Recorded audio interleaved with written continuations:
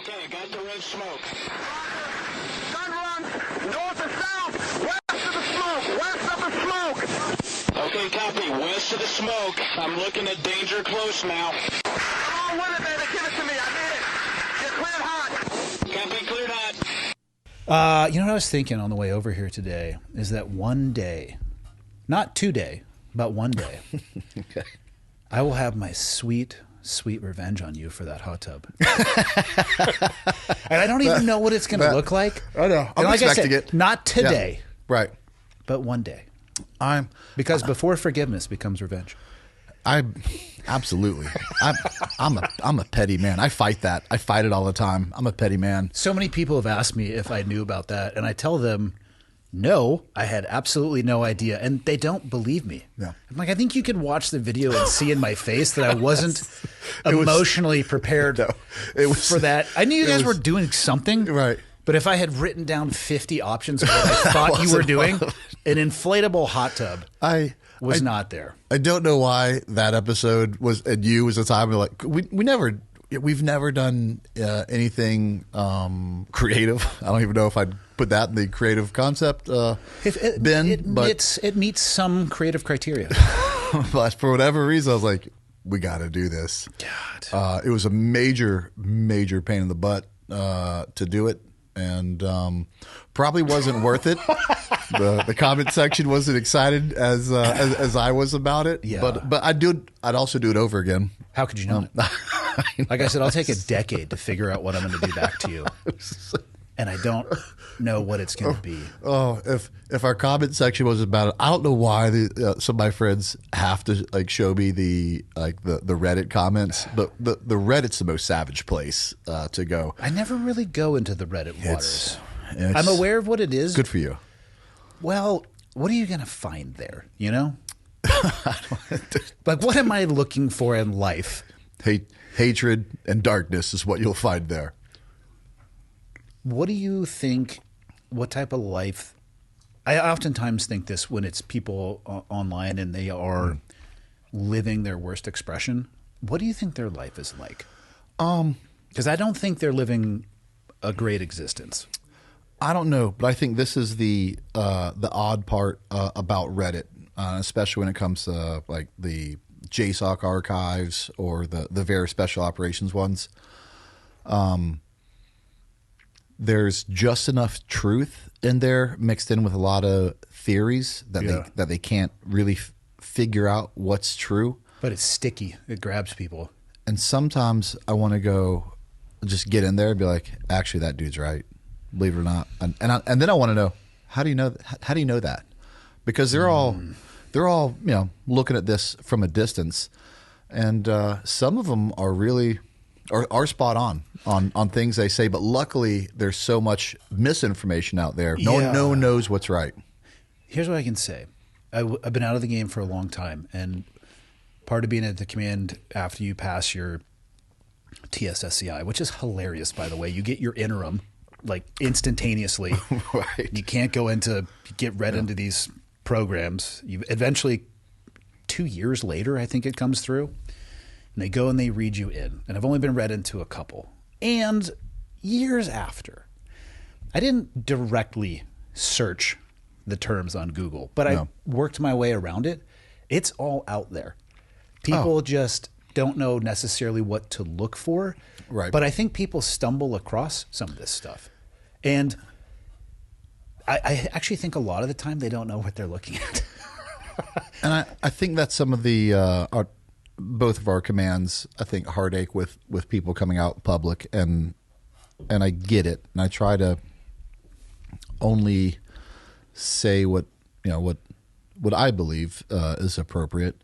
Is that there's one thing for it to be out there in open source, and there's another thing to go out there and confirm it. Or point people towards it. Like I said, I'll talk about right, Googling stuff. Nobody, and I've said that before in many podcasts, but nobody will ever find a clip of me saying you should Google fill in the blank.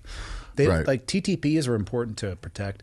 How has your community responded to you being a little bit more public facing and consumer facing? Bittersweet, and as expected, to be honest with you. there's guys in my community that just I think some of the frustration is they hold a higher standard than the actual standard. Yeah. And that's fine. And I don't look down on them for having a higher standard than the actual. That's always, I think, something that should be looked up to. But I think the problem is when you hold a higher standard and then you expect everyone else to hold that standard that you've created for yourself. Yeah, that's fair. I don't have to do that. I mean, I respect it, and there still is a lot of weight, as you know, of kind of being somewhat a public figure coming from a tier 1 unit, because what you say does represent where you come from. Yeah. So I go out there and I try to tell the truth as I know it, but do it in a professional way, and to go out there and just to spew, I don't know, almost like hate speech, or do it in a way that's just unprofessionally. It reflects on the unit, and so that weighs heavily on me. Yeah, I always try to be just very honest. I did the minimum amount of required time there. I would have liked to have stayed, and I think had I not gotten hurt, I probably would have stayed. But that's not how it played out in the cards for me. And I always say that, like, hey guys, I know people, and I'm sure you do too, who were on their 14th, 15th, 16th deployment. Yeah. That wasn't me. Yeah. And I didn't do any of that. Yeah. And people will ask me, well, why do you say your career was average? I'm like, you don't understand the cohort of people that I know.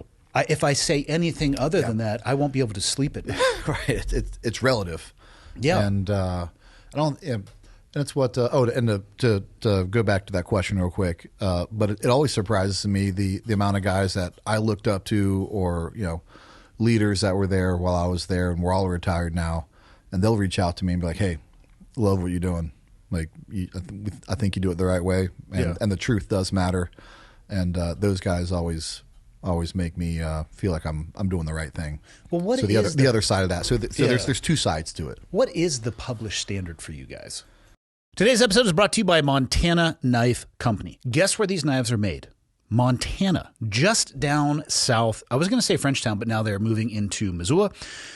Founded by Josh Smith, the youngest master bladesmith in the history of master bladesmiths. This stuff, you got to see it to believe it. So let's hop over to the website.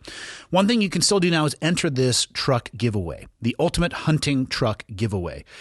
Also, they have some apparel. This is Josh right here, the guy I was just talking about. Jim Miller, who is not good at passing the guard in jiu-jitsu, and then that was Brandon, and then we have the Stonewall Skinner here. Coming down in stock knives. Now, let's think about this in the terms of gifts that you could get for the holidays. That's what you should be thinking about. These are the things they have in stock. Trust me, they have plenty that are not in stock, but look at this.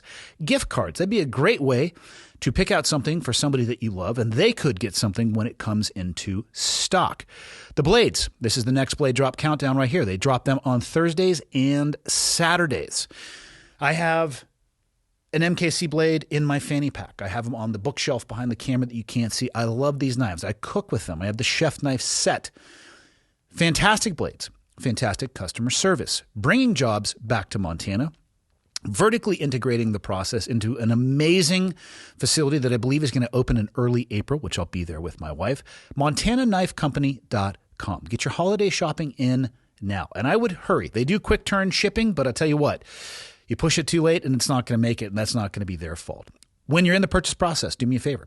They're going to ask you how you heard about it. Tell them it was me and the show. Back to the show. That's, in a weird way, that's a good question. And that's something that because I don't know the answer for our side either. I feel like it's ended up being a little bit more of an unwritten rule. And yes, we did sign an NDA, and I do think to some degree, when I look back at that, I think I got a little selfish, and I was and I've told the story of me getting shot, and I was like, that's my story. I'll tell it. Mm-hmm. And I tried to hide TTPs, but in the day that was a mission that I probably shouldn't have talked about, because it was mission specific. So I think it's a little bit more of what it shouldn't be an unwritten rule is you just don't talk about the unit. But even with that, that's a wide range. My DD 214 says first SFOD-D. I mean, How are you expected to explain that without talking about the unit? Like, oh, that's just a typo? I mean, how are we supposed to explain this to people? Right. And I think the other part of it is I think we hold ourselves internally to a higher secret standard that our own government holds us to. Like they out us on things all the time. And I get the counter argument to that is, well, they're the government. They, it's up to their discretion on what they want to release. But I kind of argue that we're either a secret unit or we're not. And I feel like sometimes we play both sides of that fence. I mean, if you were at Black Hawk Down in Mogadishu, those guys write books about it, talk about it all the time, as they should. Yeah. They had a really bad day. They earned that. Yeah. But again, you're either a secret unit or you're not. I'd argue to some degree, and not to be disrespectful to those guys, I never would be. And obviously, as you'd imagine, those guys are gods. I've been in the hallway. I've seen the things that are built to commemorate them. And by the way, the stones it would take to make that call on a helicopter, it is not as if they were thinking, well, I'm obviously hypothesizing, but so from my understanding, they were orbiting overhead. They saw this going on. They knew exactly what they were going to get inserted into. I would have to imagine you would leave a 1% section in your brain to lie to yourself, like we're going to get through this. But the other 99% is, this is a one-way ticket. I would love to say that I have the stones to make that call. Dude, I don't know. I don't know either. I know. Same thing. I'd like to say I would, but I've determined, I've thought about this. I don't know.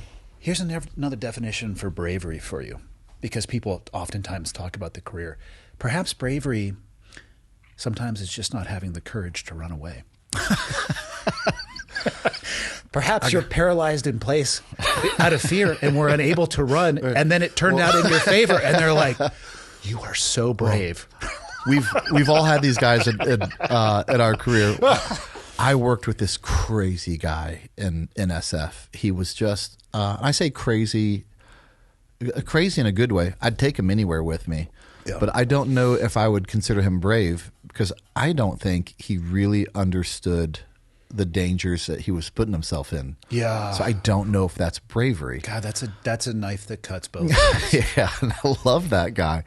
And I had another guy. I was getting ready to do one of my first jumps at group, and when senior Green Beret comes up to me and goes, "How you like jumping?" I was like, I don't like jumping, to be honest with you. He goes, well, that's what bravery is.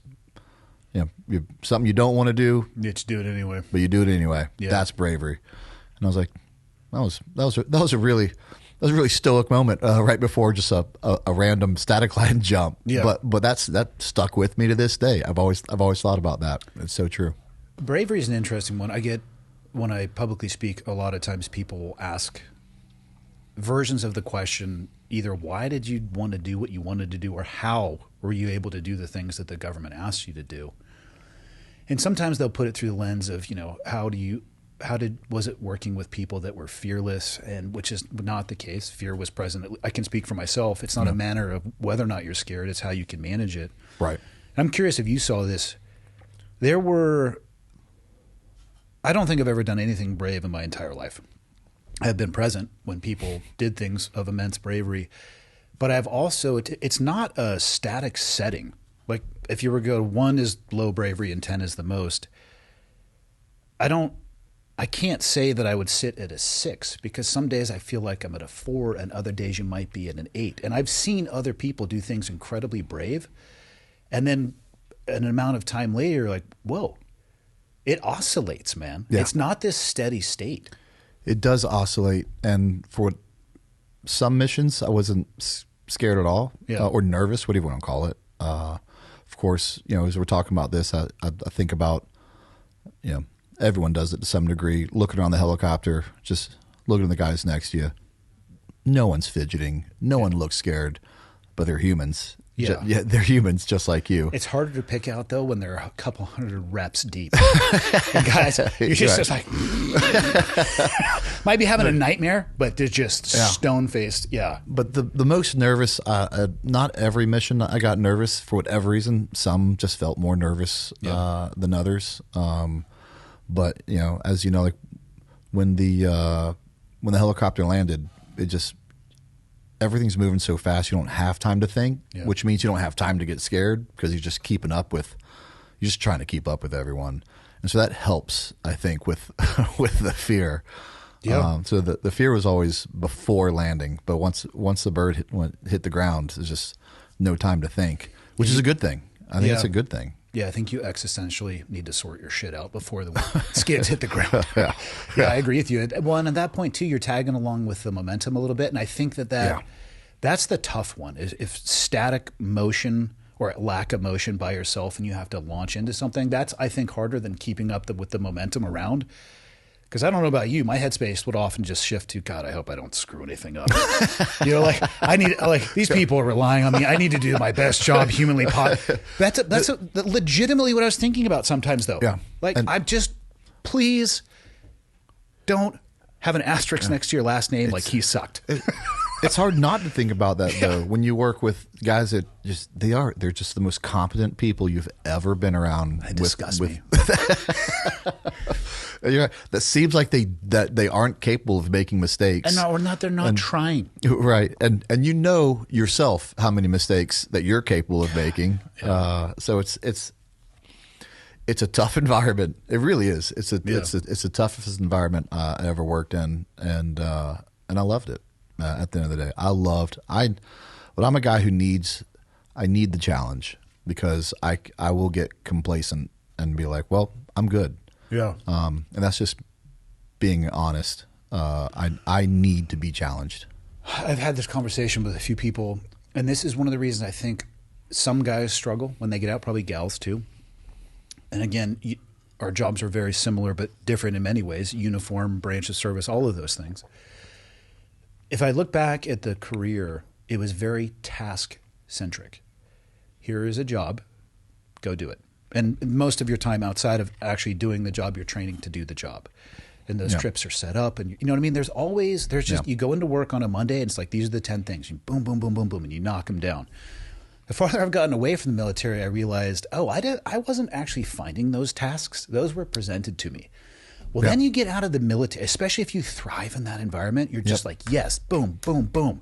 You get out of the military and you wake up on a Monday and you're like, who's giving me the task today? And it's the dude you see in the mirror when you're brushing your teeth. Yep. That is a jarring transition. I've said this before. I absolutely agree with it. The transition to really when it came to being a business owner, because even when I was a contractor, you know your task condition standards and you have to execute it. But then when you're a business owner, if you want to answer emails today, it's on you. If you want to go on sales calls or reach out to all these different people, it's all on you. And I found out that I wasn't as good at managing my time as I thought I was. Same here, man. And I really had to at some point dig in deep and be like, all right, I've got to be my own boss. I have to set these left and right guidelines and stay within them. And it was surprisingly hard. How long have you been out now? Got out in 21, 4 years. Dude, you're doing better than I did. I mean, I'd have been out for 12 and change, and well, I don't know about that. Slow start. I like to come out of the starting box slow. But I don't know about that. How many times have you been sued? None. God, what if? I mean, yeah. I don't know how that's going to play out. We have to talk about it too. So you got sued for $25 million. I did. From Rob O'Neill, who I've never met. We never crossed paths. And I'll put this out here because people ask me this all the time. They ask for, Andy, you know some of those people. And I do. I know a handful of the people that were there that night. And I have talked with the ones who I'm still, They're a part of my life, even if it's to a lesser degree. And I've gotten some pretty honest answers from them. This is what I always say. I wasn't there that night. I don't know Rob. But the people that I have talked to who were there that night have all told me that the narrative that he has espoused since he started talking about it is not what they experienced with their own eyes. And that, again, I wasn't there. That is third-hand information. I'll be the first person to tell that. But I am hearing that from people that I respect deeply who were there. And I don't know how, if that is the case, if there are people who are out there who are willing to talk about that publicly, and they actually might be compelled to do that, whether they want to or not, I don't see how that goes well. I can just tell you there's not a single person I've ever talked to that has shared Rob's narrative. Yeah. Which is, why I ended up doing the story. If it was 50-50, and like half the guys said one thing, the other half said another thing, that'd be pretty crazy, wouldn't it? That 24 assaulters are on one mission and have two very different stories about the ending. I will say this. That'd be pretty crazy. And I bet you've experienced this too, because it speaks to everybody having their own experience to a degree. I have been in rooms with people, and we do an after action, and their version, how they process what happened, and maybe it's because they were looking at it from a different angle, was slightly different at a micro level, but never at a massive macro level. Correct. Just because it's a good correlation. I had to do the same thing with the Tim Kennedy story, and with different versions of a story. And you do get that to some degree. And I think that's natural because there's a reason why lie detectors are not allowed in court. Right. Honestly, it's more of like are you having an emotional reaction to the question? Correct. But people experience the experiences, to use the same word twice like an idiot, that we had. They do process them differently. And stress is different. And are you myopic in the moment? Do you have a wider sense? But again, I have never had multiple people in a room where there was anything other than, oh, he did that before that happened, or this happened before that. It was never like, that's not even at all what I saw happen. Never had that experience. What usually happens, like I said, they actually use the Tim Kennedy story of it because it was a much bigger, broader battlefield, if you would, not just a room or a target. That convoy was miles long. So what someone saw at one part of the convoy was not what someone was experiencing at the other end of that convoy. Yeah. So it was a drastic difference. But what I found out was actually the more I heard their different stories, and when I pieced them all together, it actually made more sense. Like of them saying, hey, this is what, I didn't know that was happening there. And then when you zoom out, you go, oh, well, now that we're all talking about it, that's because this is a mile-long convoy. The whole convoy wasn't in contact. Yeah. That's because you were in contact when you weren't. So even when people have two different stories, not talking about at the very small level, but at a larger level, it actually adds to the story. It connects to the story. It's like a puzzle that it fits. Yeah. I don't find that to be the case in the conversations that I have had with people that were there. Right. That one seems to be, and again, this is only from the information that I can get from them, that the puzzle pieces don't snap together on that one. And for anyone listening, and the other problem is most people don't know the differences between the stories, and they're like, "Oh, it's just a different version of the same story." No, and it's because you haven't listened to the story, which is Rob says him and him alone stepped in there one-on-one in front of UBL, shot him 3 times. In his version, he said he's standing in front of him, right? Standing right in front of him. Amal is there using Amal as a body shield, and he shoots him in the head twice and then shoots him once on the ground. And that he alone takes care of him. Matt Bissonette's story, very recently on Sean Ryan, and in his book says that Red was the point guy who shot him in the stairwell. He was already dead when they ran in there. Essentially, that story is he presented his head out of the room he was in, right? Correct. Yeah. So by the time, and Red followed his shots. Yep. And so he was 1, Matt Bissonette was 2. I'll leave out the number 3 guy. And Rob was the 4th guy that went in there. And they all put in security shots. That's a drastic different story. One says, I and I alone did it with nobody else's help. And the other story was the point man did it and a whole team went in there. Yeah. Well, the problem is Osama Bin Laden. I don't usually use a terrorist's wife as a key witness. Osama Bin Laden said a team of SEALs came in and killed my husband.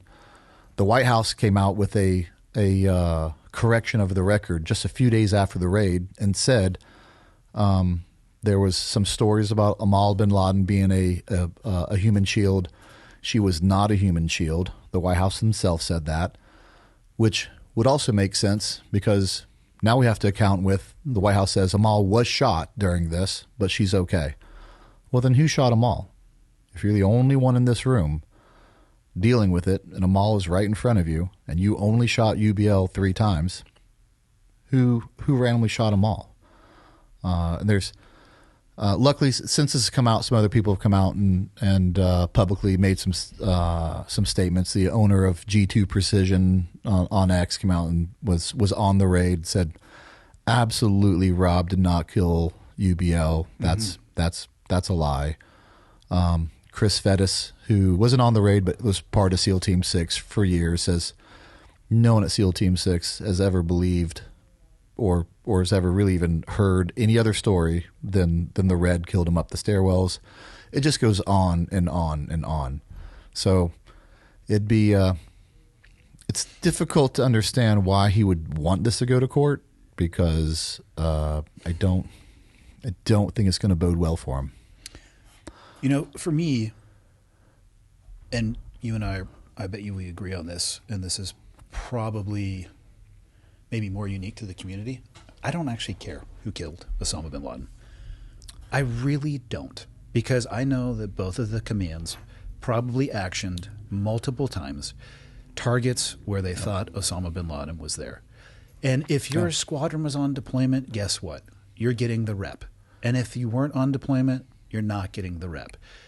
And that's how the cookie crumbles. If you were the number 2 guy on the stairs or the number 20 guy on the stairs, I guess you could kind of cheat that. God, I'd be pissed if people were trying. You know what I mean? Like, that's how you get your ass kicked in the team room. Like, motherfucker, you just ran across that open door. For sure. So it's possible, but I don't think it's probable. But what I see happening, and I think what the greater effect is going to be, and I will tie this into Tim, because the most common question that I have gotten about Tim, and it isn't about Tim directly, it's about the situation is from people, how do I know who to trust? And things like this, and I'll bring in what's happening, the lawsuit, it muddies the water for everybody and erodes the greater integrity. It does. I agree. It does. And that's what I care about. I don't care if every single person on that target shot Osama bin Laden, skinned him, and wore his skin like a leotard. I don't care. Now, I'm not saying you should do that, because I believe what I just described is probably multiple violations of the Geneva Convention. And I'm not trying to give anybody ideas. Yeah. I'm just trying to say, as somebody who spent a little bit of time in that world, I care far more about the integrity that I want those institutions to have than an individual being able to raise their hand and say, I was the guy who fired the lethal shots. I don't care. This really is, and I'll pull back the curtain for a second, that I do deal with. I don't know what's right. I say that as far as like what I've done and what I'm doing. Clearly I've made decisions that I've made, so I do believe I know what's right. So let me actually start off by saying that. But it's looking back, I don't think it's as cut and dry as it is in the moment. Because a part of me goes, what if the American people just like to be lied to? Like, who am I I will say this: who am I? Who am I to? They prefer the Hollywood version a lot. Yeah. Who am I to tear that down? You know, if you like being lied to and you're happy being lied to, then let them believe it. And then another part of me is like, hey, and I do. I see it in the comment section all the time. I can't ignore the comment section. And this has turned into a big dramatic thing. This is like the view of special operations. This is a bunch of high school girls talking about each other. Yeah. And obviously from, I'll say my perspective, which I know is true, or else I wouldn't have done it. I've been right on everything I've done. So another part of me is like, if vets don't hold vets accountable, like where then where's then where does it end? Where's it going to go? It's a very slippery slope. Then we're just as bad as whoever else that America doesn't like because they have no integrity. So you're really stuck in you get put in a corner between exposing the truth and trying to stand for truth for veterans. And then looking like it's a big drama circus, and you're consuming your own. Consuming your own. It's one of the problems I had with this statement Rob put out. Essentially, he, in my words, not necessarily his directly, paraphrasing, I'm doing this because I'm tired of vets tearing down other vets, and like you just said, and because people ask me questions all the time about law enforcement, and how do you change culture in law enforcement? Well, it has to come from inside of those departments. Yep. They know the training. They know the real-world execution. They know the vernacular. And that is the same thing. There's the military, then there's special operations, then you can go all the way up that wedding cake to the highest levels. How could anybody else hold those communities accountable if they don't even necessarily know what to look for? That exactly sort of answers the question, to myself as far as, do you do this? Do you not do this? And again, it's never been one of those. This guy said he has 300 jumps. Does he? I'm gonna go look at his jump record. He's got 250. Time to fire up the podcast studio. Yep. That's ridiculous. We're not. That'd be a dope episode. How many jumps you got, Andy? That's like 8,500. No, give me your jump log. I haven't logged a jump in 20 plus years. I use my ditters. They keep track of the jumps, man. And then you throw. It's like at some point you have enough jumps to get all the quals, and you have a rough idea. But even that gets subjective because now you're the person who's like, okay, it's my standard of lies, and too much is too much, and I feel like I'm a self-aware person. Like I run myself through that matrix. But there is a thing that'd be that's just petty.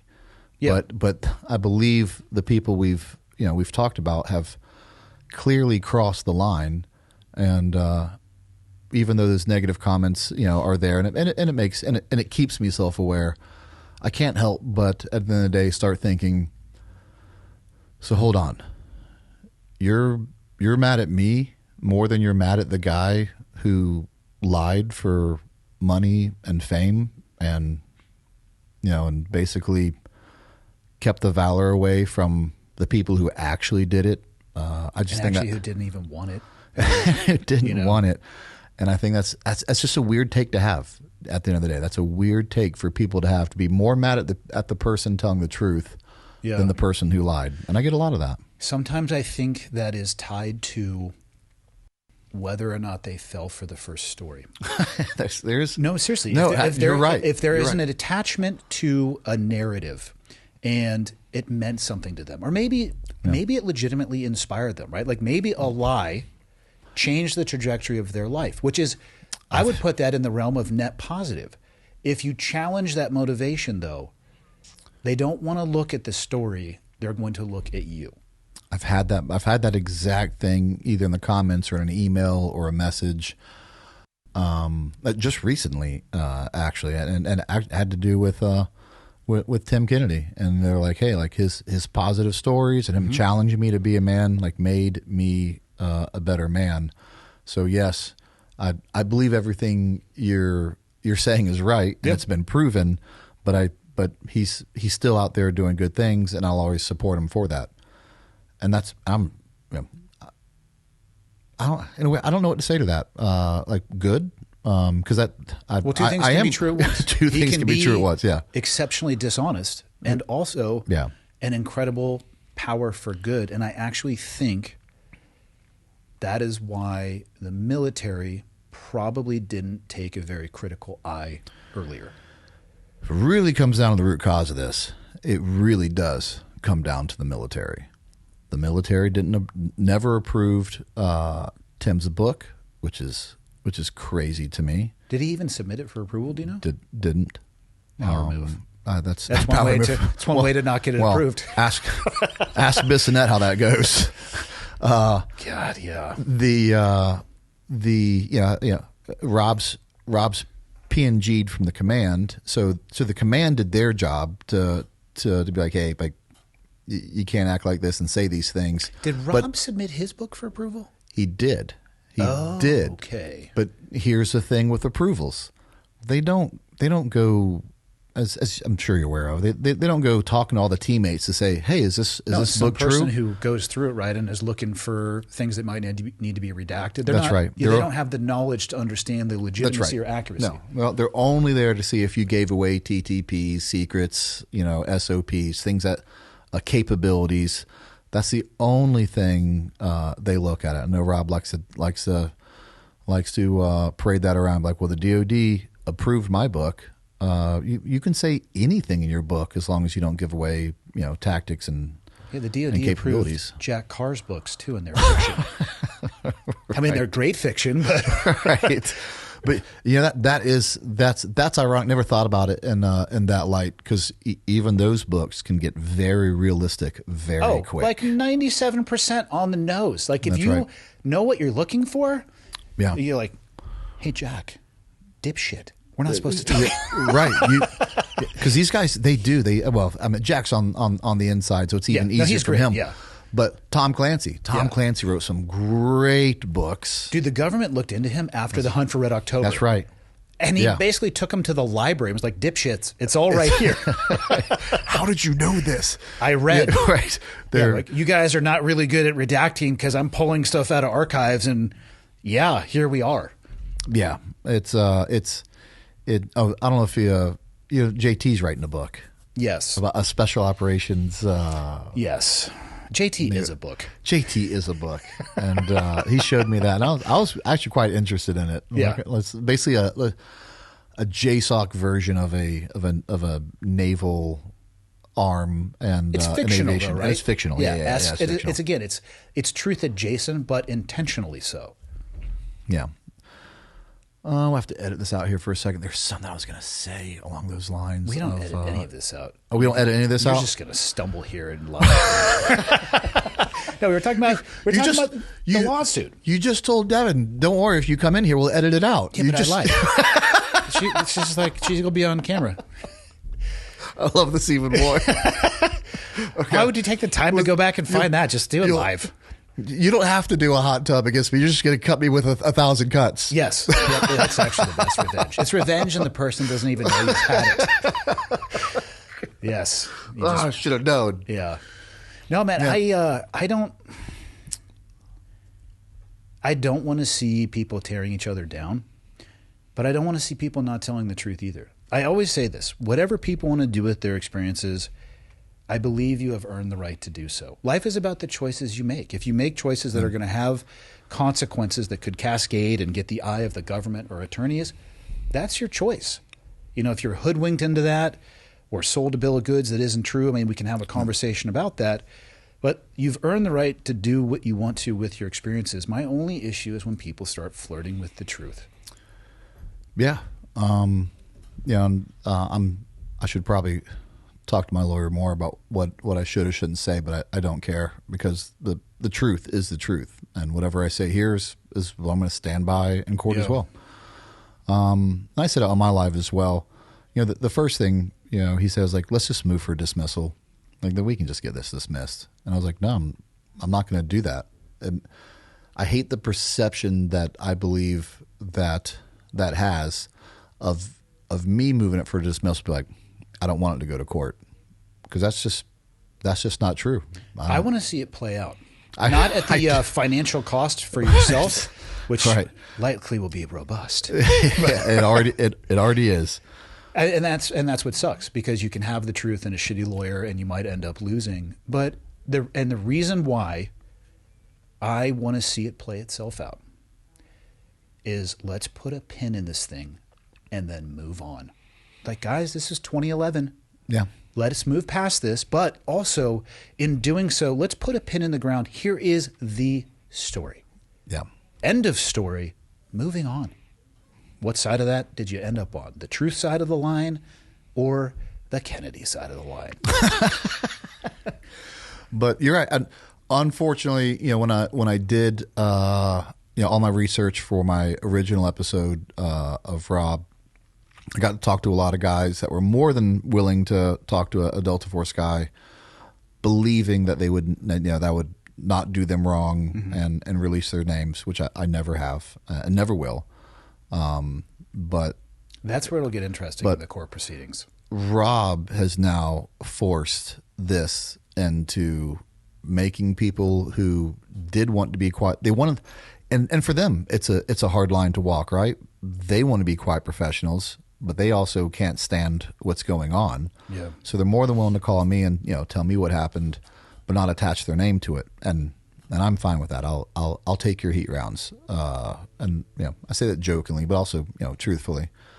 But if and when this goes to court, they're going to have to come out on the stand, and I hate that, to be honest with you. I hate that, but I'm not the one. I'm not the one who brought this lawsuit on. I feel like the military will get involved before then. I don't know how, but I feel like either the government or the military will not allow that particular step to happen. That part is interesting. Like it really is. This is going to be a wild ride because this, in some aspects, it's unprecedented. Yeah. And so I don't think anyone really knows how it's going to play out with the next steps because no one's ever had to do this before. So, man, wish me luck. Good luck. Or cut me a check. We can just luck. Okay. All right. Just luck. I'll take the luck. On other news, we talked about a little bit before this, and we talked about Mogadishu. Yep. Well, today is the birthday of. Today is the birthday of the Delta Force. 48 years. God, they're old. Yeah, they're question. Old. I was thinking about this because you and I never talked about this. On my side of the house in the Navy, right? Every SEAL goes through BUDS. It's officer and enlisted side by side. Yep. When I had heard, it was interesting when I joined the Navy and I went to A school, which is your NEC in the Navy or MOS in the Army. It was on the Dam Neck Navy base, operations specialist, radar scope operator. I did not know it was on the north end of the compound. You'd hear some explosions and gunfire, like, that's weird. I guess they got a shore patrol there. I had no idea. Right.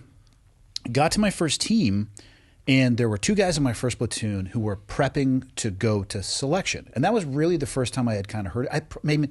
I'm sure I had read the Marcinko books, but I didn't really have a conceptual understanding. And basically, the Navy releases a message when I screen twice a year. Hey, if you want to go to this place, we're going to do the screening here, put your package in, and this is what it's going to entail. How does it work in the Army? How do guys find out about the unit, and then how do you find yourself actually trying out for it? That's a good question. Because you guys pull from all branches. The do. Navy is you're in the community, and it's a fucking email. It's been 15, 16, 17 years since I had to look into that. So I'm sure what I'm about to say is a little bit outdated. But I do know now there are SMU recruiters that go around to every base and give a pitch. So they do have recruiters that go around. So if you know what you're looking for and you know what Special Missions Unit stands for, you can go to those. For me, gosh, I really got to think about this. I got a hold of a recruiter because you were Green Beret first, right? I was. Okay. Yep. I had to actively find the recruiter I'm trying to remember how I got a hold. No, I do know. Okay. I do know how I got a hold. There was a guy before me that went to selection and didn't pass. I was just going to ask you what happens to those guys, because especially on the West Coast, if you went to Green Team is what it was called. I think they call it S&T now, and didn't make it, you were never heard from again. You were like a Yuma freefall jump master or strap into an SDV. Okay. So there was so little gouge coming back. There was no beta. But here's what's ironic about it. Those before, I'll call it my generation of sorts, my specific SF company had the highest, for several years, had the highest go rate of selection, which was just an anomaly. Yeah. Before me and Bob Keller got picked up, no one had gotten picked up from our company in a decade or more. The only people we knew of were people who went to selection, did not make selection, and came back. Were they allowed to talk about their experience, or were they told to keep a tight lip? They were told to keep it tight-lipped, but of course, when they get back to the unit, they can do whatever they want. Yeah. But those guys kept it tight-lipped. So even though we had 2 or 3 guys in my unit who had been in selection over the past, different times for the past 5-7 years, none of them talked about it. None of them talked about it. I had no idea what I was getting into. I did read the book Inside Delta Force by Eric Haney, who said way too much. But even that book isn't necessarily. I'm not saying it's inaccurate, but it's not the end all be all. I mean, that's not. There's no replacement for going to it and living it every day. So it is a black hole of information, and that's a good thing. And like anything else, I never wanted information, I don't think, from any school I went to other than some generalities. Yeah. I never thought G2ing a school was ever good for anyone. They'll tell you exactly what you need to know when you get there. Usually on the first day. Just apply that. And if you give me too much information, I'll either work this up in my head as something bigger than it really is, or maybe I'll focus on one thing, way too hard, thinking that that's the big test when it's not. So I never really wanted information before going to any school. Outside of dive school, which the only thing I wanted to know was the standards. So I could try to meet them before I went there. Yeah, that's fair. But I didn't ask, like the weight belt swim and breath holds and 50-meter underwater, like things that are just straightforward. But I never asked about the day-to-day life and the smoking sessions or any like real granular detail of dive school. The only beta I really had from guys, well, actually, let me ask you this first. For the people who didn't make it, was it viewed as positive, negative, or just neutral? Never negative. There's no way, especially in the Green Beret community, that we would ever look down on a guy for wanting to go to the big leagues. Are they allowed to go back? Probably depends on the person. And depends on the person. Yeah, okay. Yep, depends on what happened and the person. Same on the blue side too. Some can, some can't. I'm glad some can. Took me 2 tries. Yeah. Although I say my first one was a recce, and I really went after it the second time. But that's just smart. That's what I tell myself. That's just smart. I never failed at anything. Take it easy, Tim. So the only beta I really had on selection was they run so much. There's this guy, if he throws a dip in, it's going to be a minimum of 10 miles. So I ran so much. I wish I had a picture of my badge. I looked like a skeleton. I was probably like 190. And legitimately, that individual, who shall remain nameless, he was running selection for a couple of years. Guess what year he switched out with? The year that I went through. We ran twice. So be careful. The beta you get. It's got an expiration date. It does. There's another really good one. Speaking of, I had a teammate go to dive school right after I went to the unit, and I called back to check on him. Like, hey, he make dive school, everything good? And he was mad at us, the dive team, for not telling him about the rescue swimmer event. And it's like, you guys never told me about that event. I was like, No one ever told me about that event either. I don't know. Also, some of this is about being able to figure it out. Right. I describe special operations as nonlinear problem solving. Guess what? Yeah. Not everybody Yeah. can solve problems either linear or non. Yeah. Because we have retards among us. Oh, yeah, we do. And we do. most of the time, I'm in that group. A narrow set of things where I can like, bing, bing, bing, bing, bing. I always say we work with less retards, but you never. Well, they had better matching outfits. Yeah, that's right. You never get rid of them. Our short bus just had rotors. For sure. There's dirt bags in every unit. There's retards in every unit. You're just looking to work with less of them. Did you ever sit there and just ask yourself or think, if people really knew how we were and how ridiculous what we think is like, they would never let us actually do this job all the time. I do. I think about that all the time. Yeah. Like, how are we able to do this? Why do they trust us to do this? What have we ever done that has earned the trust that we are being asked to do this? I'll tell this story that I probably shouldn't. Tell me more. I'd like to keep this facade up of professionalism. Oh, don't worry. I probably got 5 for everyone that you're willing to tell. But and the guys are as professional as can be when planning a mission. When getting on there's no room for jackassery during the planning phase, during the infill, and during the actions on. But as soon as target secure. Well, I already know where you're going with this version. That's about as long as the boys can hold it together.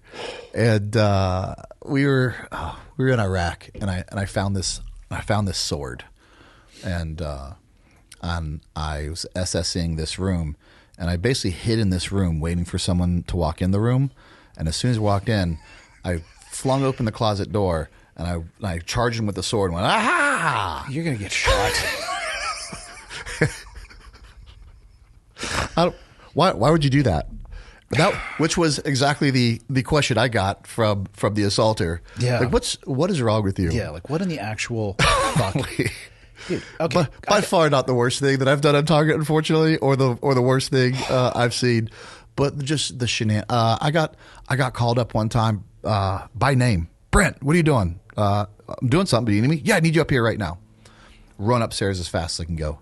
And I go to the bedroom, and this guy's trying on all the different robes. And he's like, "Do you like this one? Or do you like this one?" Meanwhile, Tier 1 JSOC unit, probably millions of dollars per target, and all of the hardware moving around, and you're having a fashion show. What are we doing? I won't say if that was SF or Tier 1. We'll just leave it as let people wonder. But it was definitely both within special operations that spanned my whole career of that type of. But my first Iraq deployment, we haven't called target secure, and I turn around, and I have to leave the rank out of this because it would identify the individual. There is a man dressed very similar to me, who was, I thought, there to do the same job as me, carrying a massive bust of Saddam Hussein's face down a hallway. I'm like, what are you doing? He's like, this thing is amazing. I really want this. I'm like, we're not targets. I'm getting the flavor that we're going to be okay because this is probably a dry hole. Yeah. But also, come on, man. Yeah, we're not target secure. Wait until the ref blows the whistle and the play is over, and then you can fool around, right? Oh gosh, but as a stark difference to the end of my career, which I wasn't doing shenanigans at Target Secure. Yeah, we were walking in to Target, and as soon as Target Secure I was moving couches out of the way so I could lay down on the ground and stretch out my back, so I could walk back to the trucks. I'm like, what a difference the beginning of an ending of a career makes. It's a rough road, man. It's the combination of physical and psychological burden. And again, I honestly, man, I say this every time. I had such an average career, and I look at people who are what you're talking about, 14, 15, 16 deployments. I don't know how you do that and you're not broken. That is truly what I hated. to some degree. By the end of my career, guys that I had started my career at a tier 1 unit with, they were the funniest dudes I've ever met. Happy guys, funny dudes, and you know they're team leaders now, and they're angry, serious men. I'm like, what happened to you? And don't get me wrong, I'm sure to some degree that that happened to me too. I don't feel that it happened to a complete degree that it happened to other guys too, because of course it changes you. Do you think you can come back from it? Absolutely. I think you can too. Because post-retirement, I've reached out to all those guys. I'll just leave the guy's name as Dave, who started out with just smile on his face, happy guy, end of his career, just an angry, stressed out. I won't say stressed out, but just angry, serious, just not the same Dave. Yeah. And now years later, I call him and I'm like, Dave's back. As soon as he picks up the phone, I'm like, yeah, Dave's back. He's happy again. How could you be the same person during that? The stress of really it is. It's the stress of perfection that is not required of you necessarily, but it's asked of you. It's asked of you every day. No fail missions are a lot of it's stress you put on yourselves, and on top of the stress that's put on you from everyone above you. Yeah, it'll get the best of you. It'll change everyone to some degree. Like I said, how could it not? I think it's supposed to. Think about it from and again, I've got now almost 13 years out. I have thought a lot about the time that I spent when I was in war and the experiences and the exposure. I think it's safe to say that the occupation is unique from the just demands of what you're expected and asked to do. If that doesn't change you, I think you might have been broken coming in. Right. Something's wrong with you. Well, if you're a sociopath or a psychopath, you're just like flatline. For anybody else, whatever your term normal is, spend enough time in that pool, and your fingers are going to be a little bit pruny. Right. I did feel the pressure to some degree as a Green Beret, and on the white side to be better than people. I don't mean that in a bad way. Yeah. But more was expected of you. Right. But never. It doesn't even compare to the tier 1 life. It's just apples and oranges. And I think I won't say travesty, but it is to some degree how little people understand the difference between white side soft and tier 1 units. When you get asked a question, it's like, oh, is that like a Green Beret? Is that like a Ranger? Is that like a SEAL? You know the best answer? Oh, yeah. Yes. Next question. Right. It's the shorter answer. It is. I usually don't have time to sit there and give them a dissertation on the different levels of U.S. Army or U.S. military special operations. But people have no idea the drastic difference between one level to the next. I think it has an expiration date. I think everybody, regardless of how psychologically and physically tough you are, that candle burns so bright, I think at some point they all go out. Do you guys, I feel like that's Army specific of sorts. I say Army, not even a special operations, because the SEALs are, and this isn't even a joke, tongue in cheek or anything like that. The SEALs brand are so well known. I don't think that's a good thing though.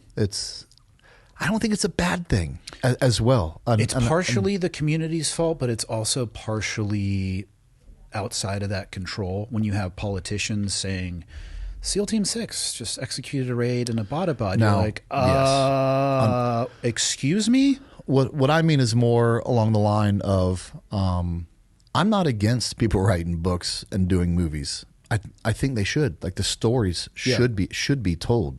Horse Soldiers or 12 Strong. Yep. Like that movie should be told. What was the last movie that came out? The SEALs that were in Iraq. Hold up warfare. Yeah. The stories should be told. So I think this people knowing who the SEALs are great in general. Like the general thing of the SEAls, because it gives young men something to and boys, something to look up to and aspire to. Same thing could be said of the unit, but they don't do that, even though there was a TV show. There was a TV show. I don't know how much recruiting we got off of that. It was pre-GWAT. It was too early. Yeah. You guys didn't time that one right. That would have banged in like 2003 to 2008. People would have been just showing up trying to like make entry into the compound. And that's where I disagree where the recruiting line falls, because we'll recruit from a strong special operations base. Yeah. They can't come straight to us anyway, so we'll recruit from there. So as long as their recruiting is good, then we'll have good recruiting. They'll figure out about us later on. But the question was more or less, if I ever tell anyone I'm a Green Beret, which is usually my go-to, if I even say that, and I usually get, is that like a Navy SEAL? Do you ever tell anyone that you're a Navy SEAL and ever get is that like a Green Beret? I feel like it doesn't go hand in hand. It shouldn't, because we're better inherently. We lost the upper hand after John Wayne, and we never regained it. No, you know what? I 100% don't lead with SEAL anything. I try not to. I want it to be something I did, not something that I always was, because I wasn't. They'll say, "Oh, that's awesome that you were in Special Forces," and I actually am like, "No." I'm like, "Listen, Right. that is the most common one." I'm like, Special Forces means Green Beret. I was a part of the Special Operations community, of which Special Forces is under that umbrella. Yeah. No, it is, for better or worse, people kind of know what it is. And I do think, though, it flirts a little bit with, it is so promoted and so, I don't want to say revered, because that's not the right word. It is so elevated that I think it risks people wanting to do it for the wrong reasons. I don't have any data to support that is necessarily the case, but that is, I guess, an internal concern that I have. Maybe a bad parallel, but Top Gun was one of the biggest recruiters of fighter pilots for the military. Yeah. How could it not be? How could it not be? I know. It almost got me years later. I didn't have the grades for the Naval Academy. I was out. Yeah. But I don't think I don't think in the 90s and even into the early 2000s, which would have been the Top Gun recruited generation, that we had bad pilots. In fact, I think we had great pilots. So I think if you're going there for the wrong reasons, that's what the selection process is there to do, because the wrong reasons won't keep you in those cold waters for too long. No, if you're there for the book deal that you think you're going to sign, that's a long ways away. Yeah, no, we assign publishers in second phase, not first. Second phase. You got to at least make it through Hell Week, and then you get a hair gel sponsor and a publisher. Obviously. Top Gun, though, was a one-off until, of course, Deuce came out, Top Gun 2, which I'm sure got military support for exactly the same reason, because people watch that and they go, "Holy cow, I want to do that." There was the Navy SEALs movie, which I mistakenly thought was a documentary younger in my life. But then there was more movies and movies. With Charlie Sheen. Charlie Sheen? Yeah. Another great one. Yeah, another great one. But there's more movies and more books and a TV. At some point, the cart starts outstripping the horse, and I don't know where it goes. Well, who else do you want them to make TV shows? Here's the opposite side of that, of that conversation. If they're not making them about great Americans, good guys versus bad guys, good versus evil, who are they going to make it about? And that's fair that's too. I guess what I'm saying is, I wish, and people may not believe me when I say this, I wish the love got aggregated more. Because let me tell you right now, the SEAL community, and I can speak for the time that I was in, we didn't win the GWAT. Dude, I was a spoke on a wheel that had hundreds of spokes. And I wish that, and I know this will never happen, but I wish that the mechanic that kept the Blackhawks or the Little Birds or the Chinooks or even the frickin' C5s, the Globemasters that got that stuff overseas with it, and all of the thousands upon thousands of people that make the little tip of the spear even capable of doing their job, I wish they got the same amount of love, because it's unfair to point it at the shiny object. Because guess what? We couldn't do our job without them. We had a oh man, he's gonna get mad at me for screwing this up. I believe he was a PJ. He might have been a CCT. I believe he would. You had better know he's going to get pissed at you. I believe he would. That's why I'm not going to say his name. But this next part, well, he'll know who he is. When we were going through his career, he was a mortuary affairs person, and during the surge of Iraq, his job would to take in 3, 4, 5, 10, 12 bodies a day, and him and his team and prep all those bodies coming in. I can't remember the airport that they came in Baltimore, Dover. And I was like, man, and we ended up talking about that for probably just as long as his special operations, because I had questions.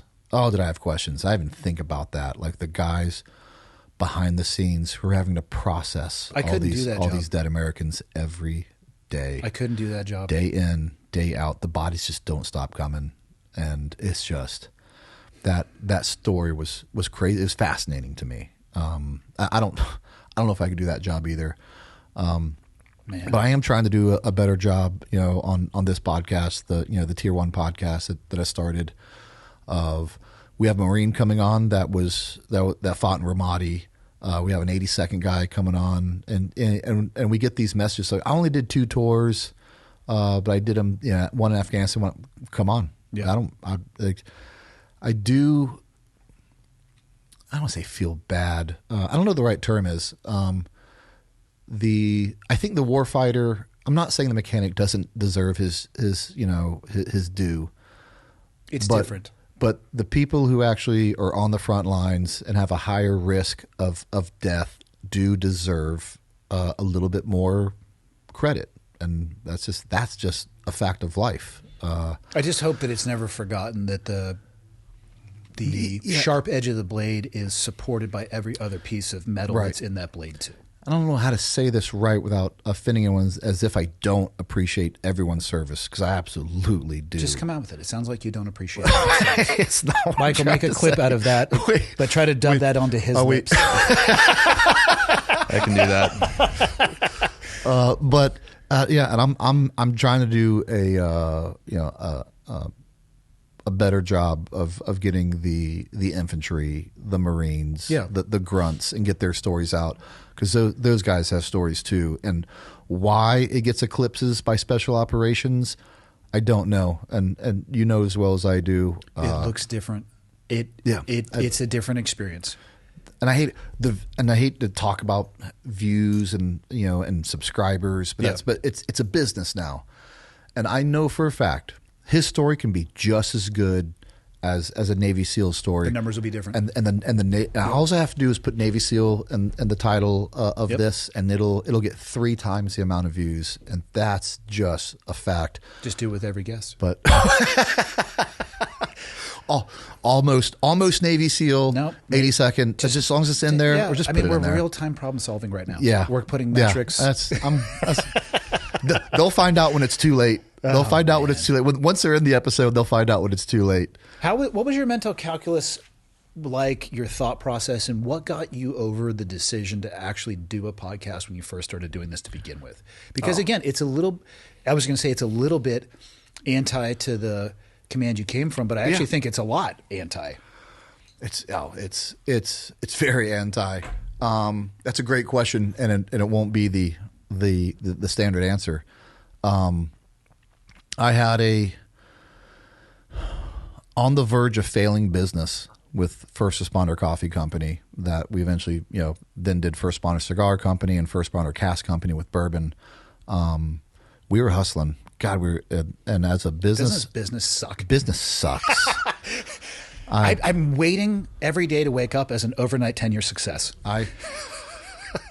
I showed up to work every day knowing that the runway was getting smaller, and if we don't have better sales, then some people who trusted me and left jobs, and they were depending on a paycheck that I said I would provide, was going to dry up, and that job that they left is no longer there for them. The job market wasn't great, and in 2022, when we started this business, it weighed heavily on me. And my brother, who also works for me, now that we're doing okay, will look at me like, man. I eventually told him like all these numbers. Like, I don't know how you showed up to work every day. He's like, I never do it. I never knew that we were going under. That's the more common business story. The overnight 10-year success. I mean, I'm in it with the coffee shop. We've been open for almost 3 years. I have 40 employees working for me at ages that average around 19. Yeah. I want to talk about a leadership challenge. Oh, God. Just be thankful we didn't serve with 18 and 19-year-old women in our I am thankful. for a variety of reasons, pulling aside the dynamic between men and women. Yeah. It's a whole different language. Thankfully, I have a 17-year-old daughter who teaches me how to communicate with them. You use her as a terp? Oh, God. She teaches me new things every day. Like, what does that mean? How should I use that? Mostly because I just want to mess with the staff. I'll throw it out there, and they're like, what? I'm like, it's not a big deal. I'm just constantly listening and picking things up. Dude, business is a grind. It's a grind. Oh, it was such a grind. So I was a guest. So I started going on podcasts as a guest. Were you hesitant before you did it the first time? Yeah, I was. But it was one of those things like, hey, I need marketing. Yeah. I need marketing, and we're losing money every month, and I don't have money. And the money I did have for marketing, I lost all. I didn't get a bit of return on my investment on marketing. So I was like, well, I got to I'm not laughing at you. I'm laughing with you. Oh yeah, yeah. I didn't take it. I didn't take it like that at all. I knew where that laugh came from. Like, yep. So I started going on podcasts and basically, hey, so at the end of the podcast, as long as I can, talk about, FRCC and our goal. And what's even worse is our runway is getting shorter, and we're still giving to first responders because I said that's what we were going to do. Yeah. And so we're donating to things and losing money every month. So I started going on, it's too long of a story. I started going on podcasts. I went on the Anti-Hero podcast as a guest, and then Tyler asked me, he goes, hey, would you want to be a co-host of this? And we'll split this 50-50. And I was like, I don't have a lot of time. I'm really trying to make sure this business doesn't go under. Absolutely, but I can't help with any of the editing. There's not. I mean, I'll show up prepared, but that's. I'll just be honest with you about what I can give here. I'll show up prepared, and that's the extent of what I can do for you. And he goes, sure. And then my other thing was, I don't want this to be a special operations centric podcast. My whole business is giving back to first responders. Yes, I will use special operations. Sounds kind of bad, but this is in order to prop up, to gain an audience, to tell first responder stories, because that's just the truth. That's just the truth of the matter. Yeah, your earned experience that you get to do with what you want, and that everybody who has those experiences, special operations or not, do with them what you want. And it worked. And we've had firefighters on, SWAT cops on. Everyone in between, and I believe doing that, using special operations. I still really enjoyed the special operations episode. Can't pretend like I didn't, but I really think it helped bring more of an audience to the first responder stories, and ended up helping with the business a lot. Yeah. So that's how I got in the podcast space. People will crucify me if I don't ask you why you left the Anti-Hero podcast. So you can answer that in the broadest terms that you want to, precise or whatever you want. It became a business.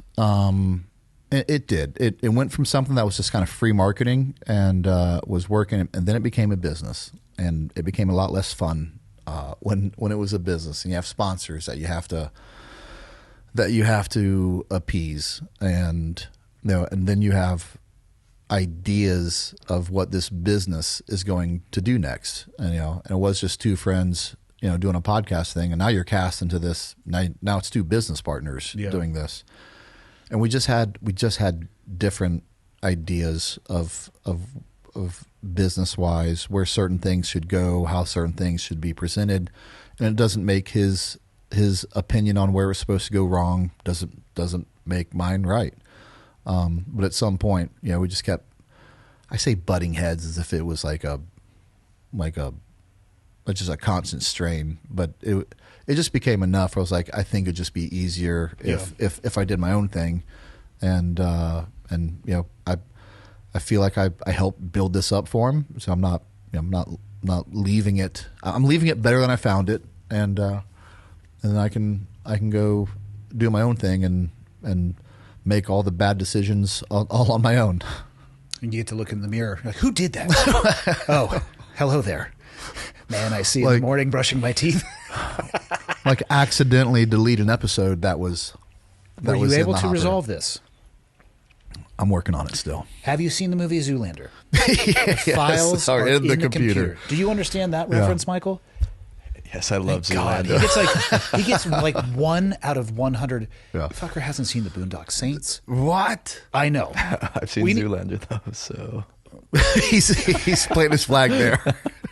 You see how he says that with the conviction, as if that justifies not seeing Anything the tour else? de force that is Yeah. Boondock Saints. How do you plan to? The sponsorship one is it's an interesting thing. I didn't have a sponsor on the show for the first couple of years. I didn't realize that it actually was something that was connected to it, because I got into this off of the suggestion of somebody else. The monetization aspect of it, I thought of it. I actually didn't think. I got a random email one day. This is actually how it started. Hey, I represent a brand that basically sits in between other brands and we sell ads. Would you be interested? And I said, I mean, maybe. Tell me how this works. And like, if you know, the threshold then I think was 10,000 downloads per episode. If you get to that point, they had to explain to me what CPM is, which for people listening is cost per mille. It's a number that you multiply against your downloads, which will net the amount of money that you get paid. An ad broker will generally take 20 to 30%, depending on who they are. They pitch you ads, and you can say yes or no. And it was very interesting. I didn't think it was something that you could make money off when I first got into it. And now it's a part. I mean, it turns the lights on and off, right? It buys the microphones, but it is something you have to manage. I'm curious your thoughts on how you're going to do it. That's one thing that drives me crazy. We do have sponsors, and every now and again, be like, well, you know, I don't. This show has sponsors. I didn't come here to listen to advertisements. It is industry standard, though. So I think people are, whether it's bad or good, they are habituated to, or used to at least, or conditioned to hearing the advertisements. And let me tell you what the average consumer reaction is when they hear it. It's the same as ours. They look for that little button that says just 30 seconds. Yeah. And they hit it. Just push forward. You know, it's for some people. It's not for others. Yes. I am surprised to some degree. Our sponsors are real happy with us. The amount of people who do buy, off those sponsors. I'm also picky about, our sponsors and make sure they align with our clientele. Same here. At Cloud Defensive with tack lights. I'm a huge fan of tack lights. You can go down the list but everyone that I have is someone that I want. That Tasty Gains. I take their gummies. Yeah, I think creatine is everyone should take. So they're all things that are I feel like is appropriate. But it can be tactfully done as well. But you just expect me to put a $15,000-$20,000 podcast studio up and pay a producer and pay a marketing girl and fly people in and just all on my own dime for your entertainment? Sounds reasonable. I mean, yes, Brent, I would like you to do that. That's what I'm saying. These lights, this studio space that we're in, rent every month, shockingly enough, there's somebody who says, we would like our check now. And I would like to be able to pay them because I actually love doing this. I do enjoy doing it. Isn't it fun to just sit there and talk to people about shit that interests them? I love it. I have learned so much. You and I met doing a podcast. Yep, sure did. People are like, Andy would never come on after you did that episode about Tim. I was like, when are we doing this? First off, that's the number one way to get me to do something. It's like, he'll never do it. I'm like, he'll never drive a car at 2.4 hours of La Mullets. I don't know if people know this. It's not that big of a deal. We don't have to celebrate it, but I'm kind of a race car driver. I didn't know you were there. Yeah. If you guys don't know, I caught wind that Andy was in Florida doing this gig as a race car driver. Where was I in relationship to where I came for your podcast? I know the geography. Like an hour and a half. Okay. Like you were like Orlando, and you're like an hour and a half south. But when you text me like, if you ever come to Florida again and don't let me know the relationship's over, I'm like, I didn't even know where I was in Florida. Yeah. And I knew he couldn't hear me, but every time we went around, I yelled, "Go Navy." I had earplugs in. Yep. That was earplugs in. You could hear anything over those race cars. And there was a race director talking in your ear as well. Was there really? So every time, it was really cool. I'm glad I got to do it. I think we're going to go back in 2026. Okay. It is based. It's so. Cletus, I want to be a part of your pit crew. Yeah. Well, I know there's no pit crew, but you have to have a. Of course. That's You'll what be we'll part of call the it. cheering squad. Yes. Pit crew sounds better. Hype man. Yeah. Matching outfits, of course. Of course. Of course. But so Cletus McFarland, I got to get him on the show sometime too. What a total goofball. Love the guy. He seems to be resoundingly just loved. He just seems like an awesome dude. So he owns the Freedom Factory, which is a phenomenal name. I think that's a grass runway as you drive in. He has this track, and it's the 24 hours of Le Mans, which is not what we did. That race is 2.4 hours. We did the 2.4 hours of Le Mullets. Le Mullets. Yeah, Le Mullets. But that's what it's based upon. Yes. Oh, right. This was probably the Van Prix. Yeah, it's not the Grand Prix. It's the Van Prix. I know. So, Michael, pause this for a second. I was telling you this on the way over. So, when I was debuting as a professional race car driver, not a big deal. We had a roll cage. I'm like full-on metal driving seat, 5-point harness, the little net thing that goes, which I don't know what that is supposed to do, mate. It's supposed to keep you in or glass out. I don't know what it was. I was just thinking, like, if I start on fire, how quickly can I get out of this? Hans device, which is over your shoulders, and then it clips into your helmet, so limited range of motion, so you got to have your mirrors. We had nitrous in those cars. My driver, I didn't touch it. Yeah, I didn't think that. I don't know when you could. All those really Crown Vics had it. nitrous. Yeah, that straightaway wasn't really long enough. Bucky was like, to if you want to it. go ahead, give it a little. I was like, Bucky, I'm saving the nitrous for you. Yeah. But I did use the air horn because that was dope. They all had 3 horns, and I would go around where Leah was and be like, beep, beep. Yeah. But anyway, so I'm fully head to toe racing shoes, gloves, suit, helmet, everything. Like relatively fire resistant. And these guys had helmets on, and they're driving minivans with just the crossbody seatbelt and a normal seat.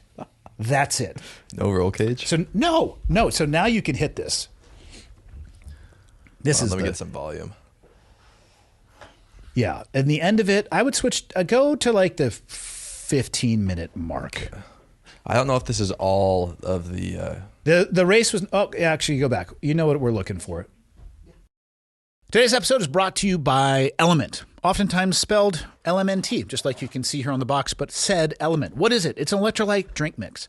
I just got back from Costa Rica, 10 days of doing jiu-jitsu in an environment that is a lot hotter than where I live in Montana. I was averaging 3 of these per day just to feel like a normal human being.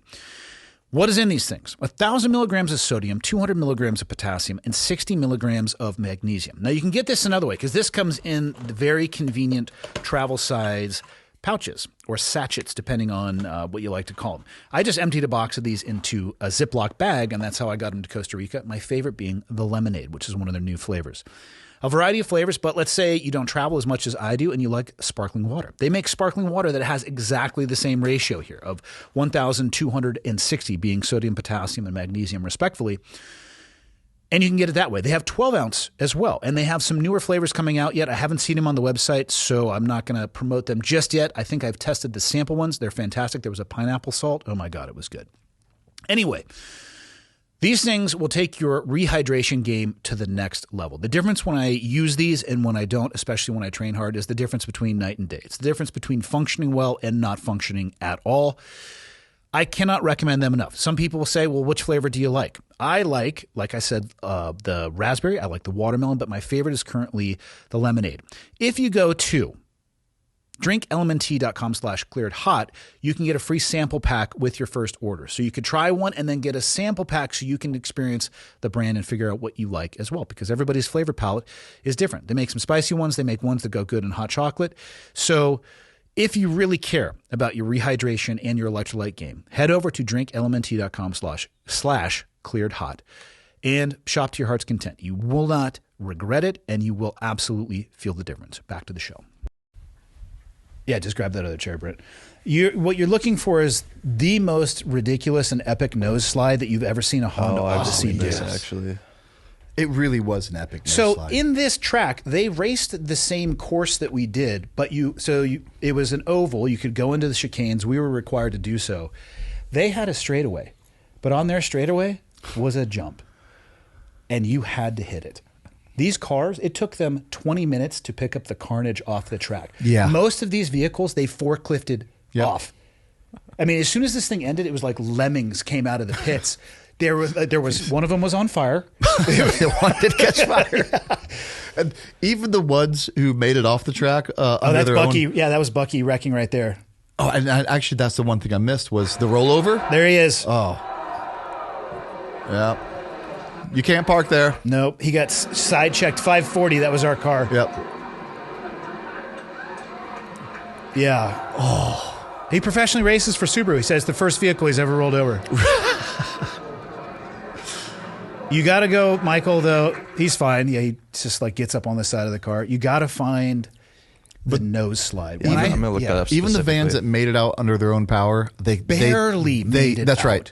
They didn't go much further than off the track. They were all totaled. I could not believe the amount of debris that was out there. I mean, they had a truck that was just pouring out this like the sand coming out the back because there was fluid everywhere, all over the track. Have you found it, Michael? No. What do I even pay you to do? It's on this video somewhere. You just have to be better at what you do. I'm not sure that it is. We need a Drew versus Michael producer off. Oh, God. I don't know who Drew is. He's my producer. Go to the left. Go where you last saw the vans. All right, the monster trucks. That was after. Hit play right in there. Oh yeah. See, you could go which way you wanted to go. Who would have ever guessed that vans were not? That wasn't even the best one by far. Not in racing seats. Most of these people were wearing jeans. Oh my God. And a t-shirt, flat tires. Yep, just running on the rims. No big deal. Yeah. Who'd have known that vans were so set up poorly for jumping? I mean, not one jumped it gracefully. I forgot about that guy. Yeah, 910 with the tassels on the back, looking like a broken blonde down mullet. right in the middle. No big deal. Just go around. And I believe you had to hit the jump once. You didn't have. There it is. We can stop there, Michael. That's good. Would you like to come next year to be part of the pit crew? Yes, actually. Can I drive one? Why would you? You've had your driver's license for like 4 years. 5 years, buddy. Yeah. No. We're gonna. So that makes me qualified, here's right? the deal. I will see if you can ride as a passenger in one of the vans. I'll talk to Cletus. No, I don't. They were not wearing or in seats that were designed for racing. Yeah, straight across the shoulder. I want to be in the one with the roll cage. And I feel like this. I feel like this deal has to be tied to his haircut at the time. Well, you're getting a mullet if we go. You got to start now. Could it be a worse mullet than what is you're- worse? Yes, a mullet is worse. You got to than want this. it. You got to want it. No, it's not. Yeah, Do you it is. actually put up the camera of yourself and look at I it? know. We are. You got a little Superman cue going on there. This is not my fault. Again, not my fault. He keeps telling me he showed the barber a picture, but he won't show me the picture. He showed the barber. That's what I want to see. I'll show you the picture, as embarrassing as it is. Now we are talking. It's literally just a male model with the hair that I like. What was your Google search term to find it? I just did like hairstyles men. It wasn't anything gay.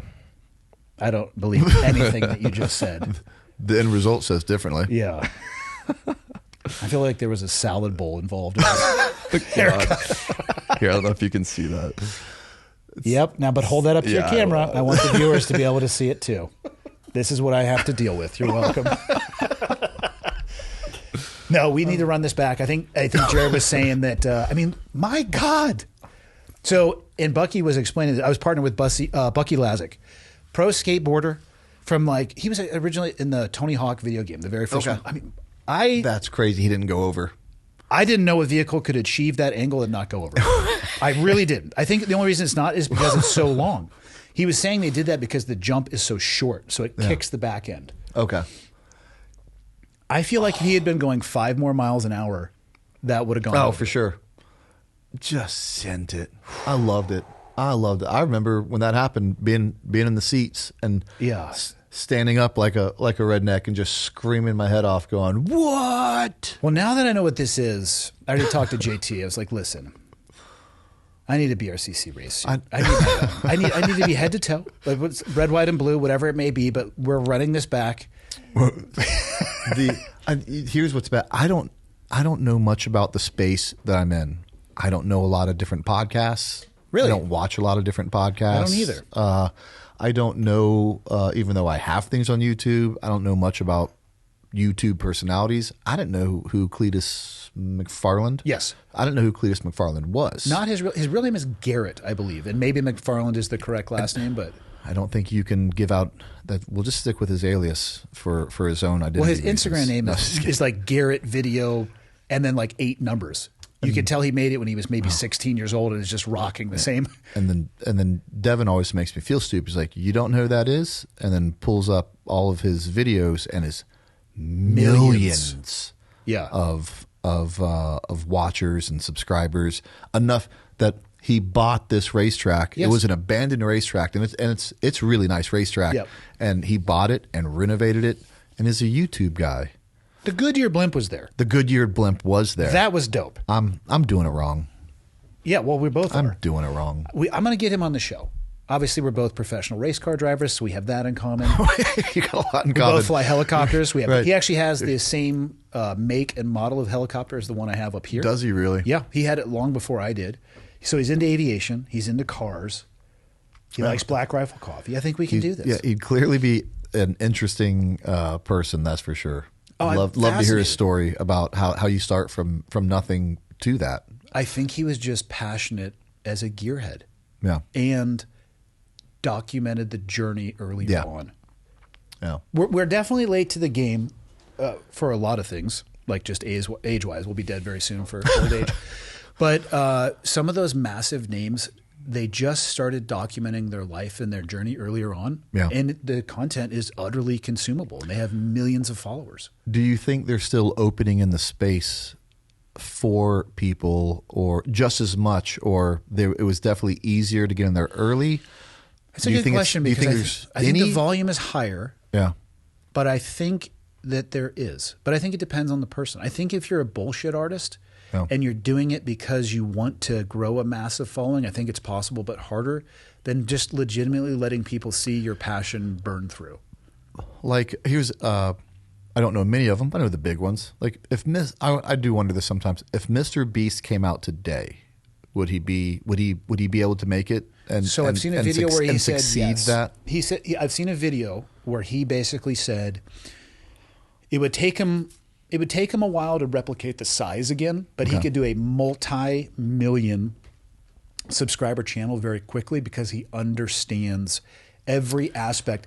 So what we're looking at, to me, is I like the videos and everything else is just go to the homepage, if you will, Michael, to the 3 little dash lines up there. Just hit home. Okay. When he looks at this, and this is just me repeating videos where he's been talking about this to him is a science project. He'll do 150 test thumbnails and colors and graphics, and he has a total scientific understanding of what gets people to click and what gets them to say. And how long should you be into your video? Like, should you open with this and then you say this? It's to him, it's scientific. He's the mad wizard of YouTube, so he could replicate it. Yeah.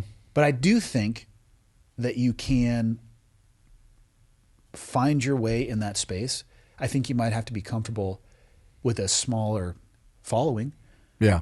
And I don't know about you, I'm totally okay with that. I have never had this aspiration to be famous, to have a big platform. To me, wealth is the ability to do what I want to with my time, to be able to say no to things because I legitimately don't want to do it and not have to say yes because I'm looking at runway shortening. Because I don't know about you, my E4, E5 years, paycheck to paycheck, baby, for about a decade with kids. The reason that I could never do it, and I prove it with the way I carry myself and our brand.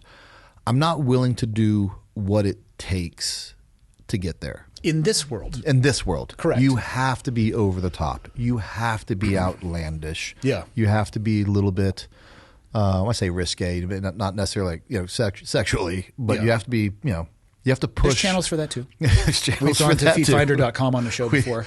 We haven't clicked beyond the homepage, let me tell you, because it gets a little wild. That's Patreon right there. You get beyond the homepage. Well, MrBeast is very wealthy. I mean, he has money, but I tell you what, A lot of it. but he's also putting an inordinate amount back into what he does. Yeah. So let's say he's, for easy math, he's pulling in $100 million. And again, this is me repeating things I've heard him say. Okay. In the mid to high 90th percentile, reinvested back in the business. Wow. So on paper, amazing net worth, liquid maybe less, but that's also maybe what it takes to be and grow at that level. Well, the other thing is that we do know, we both know what it takes. And I do believe there's a good parallel between us and MrBeast. We know what it takes to be the absolute top of something. It has to consume you. It has to be all you do, all you think about, and you have to be the absolute most professional, smartest person at that. And I'm also not willing to invest that into a YouTube channel for fame and money. I have other things that I want to do in life. I've gone through my phase in life where I sacrificed everything to be where I was, and I'm not going to do it again because I do think that job required that, and the only thing that didn't suffer was the job, but everything else in my life did. Right. The job never suffered. Yeah. But I'm divorced and remarried, 3 kids with my previous wife. Yeah. Have worked a lot on my relationship with them as they grow, had to explain to them in their teenage years why I made the decision to leave. And the divorce was not because of the military, but it had a hand in it for sure. Yeah. And it's not the military's fault. It was the decisions that I made to be where I wanted to be above all else. I am not willing to do that for YouTube. No, I'm already doing that with FRCC. We get, and I haven't made a dime on FRCC, but we grow 30 to 40% every year, and this year we're on track to grow another 40%. But what people don't understand in business is growth costs money. Like it's not in my. What are you talking about? You sell a bag of coffee and you don't put money in your wallet? Yeah, like there's only so much profit margin put into it, and if I have to just make it, there's not enough profit to buy 2 cigars for every 1 cigar I sell. So it's awesome to have more growth, but growth costs money, and so at some point, if we grow another 30% next year, that's growth that I have to buy and products, and that's my paycheck. Man, that's a missing aspect of business. People see you growing and they think that it just equates to more in a bank account, and it does very briefly as it passes through on your way, like you said, to pre-order. Okay, like Q4 is going great, but we have to have stuff to sell in Q1, Q2, Q3, and we're paying those purchase orders up front. There has been time where in certain months where we had insane growth that it cost me money. It did. It cost me money for the business to grow. And I had to go back to the books and be like, what is going on here? We're having one of our best runs in a while, and we have almost no money in the account because we had to replace all that product, and we had to replace it with more product to try to forecast that. That was definitely something that was new to me in the business. And again, it sounds like whatever, it makes complete sense. But when you're living it, it doesn't make a lot of sense until you go through the numbers. You're like, well, business costs money. Yeah. I'm in business to write checks. Oh. I thought this was going to go way different in my mind. Almost everything I've been a part of, everyone else has made more money than I have. Everyone attached to FRCC makes money. I don't make money. Everyone attached to my podcast made money for the longest time. And just when the podcast started making money, I broke off because apparently I hate money, or I hate myself, to go do my own thing and restart it and restart that whole thing where everyone else makes money but me. HP-TRTs might be one of the few things that hasn't just been an absolute grind. And ironically enough, it's what I put the least time and effort into. Really? And I hate saying that. Why? It still takes time and effort. But because that's just the way life is. Yeah. The TRT company. There's nothing wrong with you being successful in something that doesn't monopolize a lot of your time. No, but it irritates me. It irritates me that that what I, because that's not my baby, of sorts. Yeah. It is, and that, Yeah, and but that could has fund other employees. babies. It's just the irony of the situation. Like what you pour your heart and soul is, and it grows, and there's light at the end of that tunnel. Yeah. But your redheaded stepchild in business, Yeah. that flourishes. So maybe it's me. Maybe I should. Maybe more of me is bad. I should do less. I don't think it's you. I don't know what it is. Life isn't fair. Things don't come out the way that you want them to. I would say if you can find, I think diversifying the income streams, and this, trust me, people be very cautious taking any business advice from me. What I'll say is if you can diversify, though, it allows you for, in your words, the redheaded stepchild to pay for your passion. Yeah. And I don't think there's anything wrong with that. As long as you can figure out a way to do something that is empowering and enriching for you and you really like doing, who cares? Yeah. Right? If there's a little bit of bleed over from that, I mean, man, I've had some great business ideas that went absolutely nowhere. And we're talking, well, they went in reverse. They went backwards. Yeah. That's good. It went somewhere. Oh, man. Reverse is a gear. It is a gear. Thankfully, it's a little, you can't hit freeway speeds in reverse for an extended period of time. No, I think that is just fine.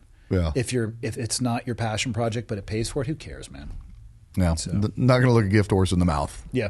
How do you structure your podcast, your release schedule? This is another one people ask me a bunch about. Of how should I do this? When should I release episodes? And I don't know when you should. I just know when I do. Yeah. Do you try to consistently do it one time a week, four times a month? I try.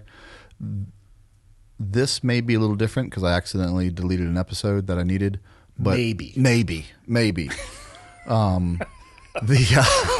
But I try to drop an episode every. I put it on the schedule Sunday night to drop early Monday morning, and I do it for this reason because I used to get a lot. Because it was a random day that I don't know why we did it that way. But we got a lot of comments saying Mondays suck, and I really enjoy.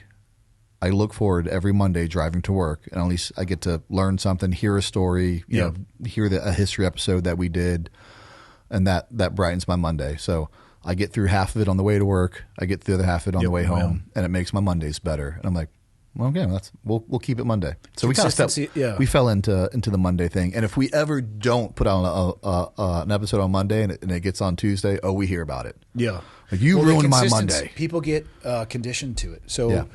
I don't think I've missed an episode in 7 years. It helps. The consistency helps. But, sitting down and talking with you, easiest part of my day. Scheduling to make sure you have all the guests and it's lined up and the editing, like that, not the easiest part of my day. That's the stuff that people don't see. They just want to go to where they consume it via the portal and, hey, man, where's my stuff? How dare you not have it ready? Breaking off my own was great because I do like learning new things. I like being in having creative control. So eventually, I'd like to pay other people to do that. I just can't do it just yet. But now, at least when I do get to pay other people to do that, I know what their job is to some degree. I won't be as good at them because they're the professionals. But at least I have an understanding of what it is they do. The bigger pain in the butt to me is the YouTube portion is fairly easy. But then making sure that it's up on Spotify and then making sure that it's up on iTunes. Yep. We're having a problem right now where our intro song, I bought the copyrights to it, but Spotify keeps flagging it and they're like, nope, you have a copyright issue. And they can tell you real quick, no, but there's no one you can talk to prove that I bought this song. I own it. Dear Spotify, please see my attached receipt for this. Yeah, you're sending out information to the ether. And then those two, Spotify does video and audio, but iTunes is audio. And then I have to re-render it audio only. Like it's the backside of it is a lot of work. But I'm getting faster at it. But I enjoyed learning it.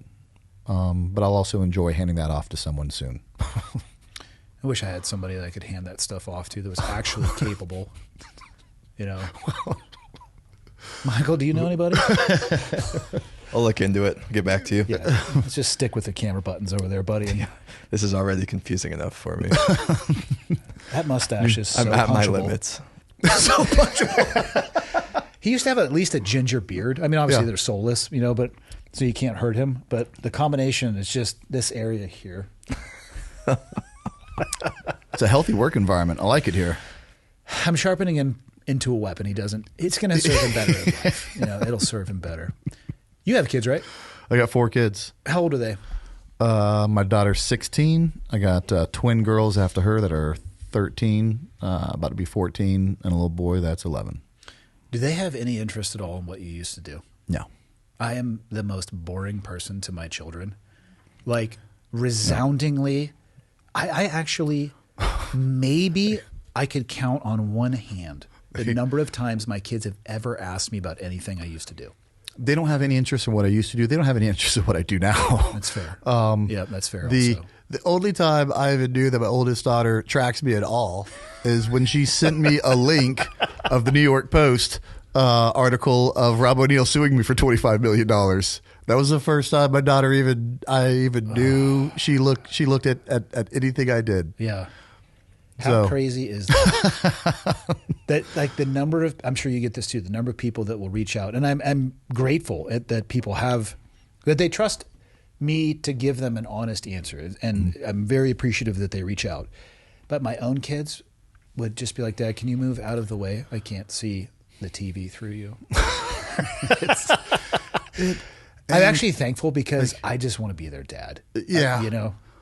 And in a weird way, when it comes, you can't force it, unfortunately. When it comes to sports, the mentality that it took for me to get to where we went, I was never the most athletic. I was never the most talented, but I had the right mindset. And sports it's so much mindset.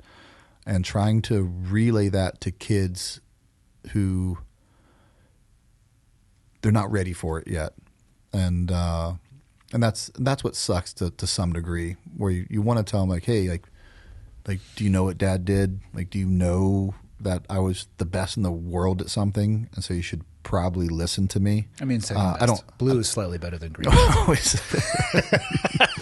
I was one of the best in the world. I mean, I don't say that, but it's what you want to say. But it just, and I don't know. It'll either, but I don't know when it happened for me. I don't know when it happened for you. I was a quiet kid. I wasn't always super aggressive at sports. I wasn't either. Very average at sports. It eventually clicked for me, and I went from sitting on a bench to an all-star baseball player.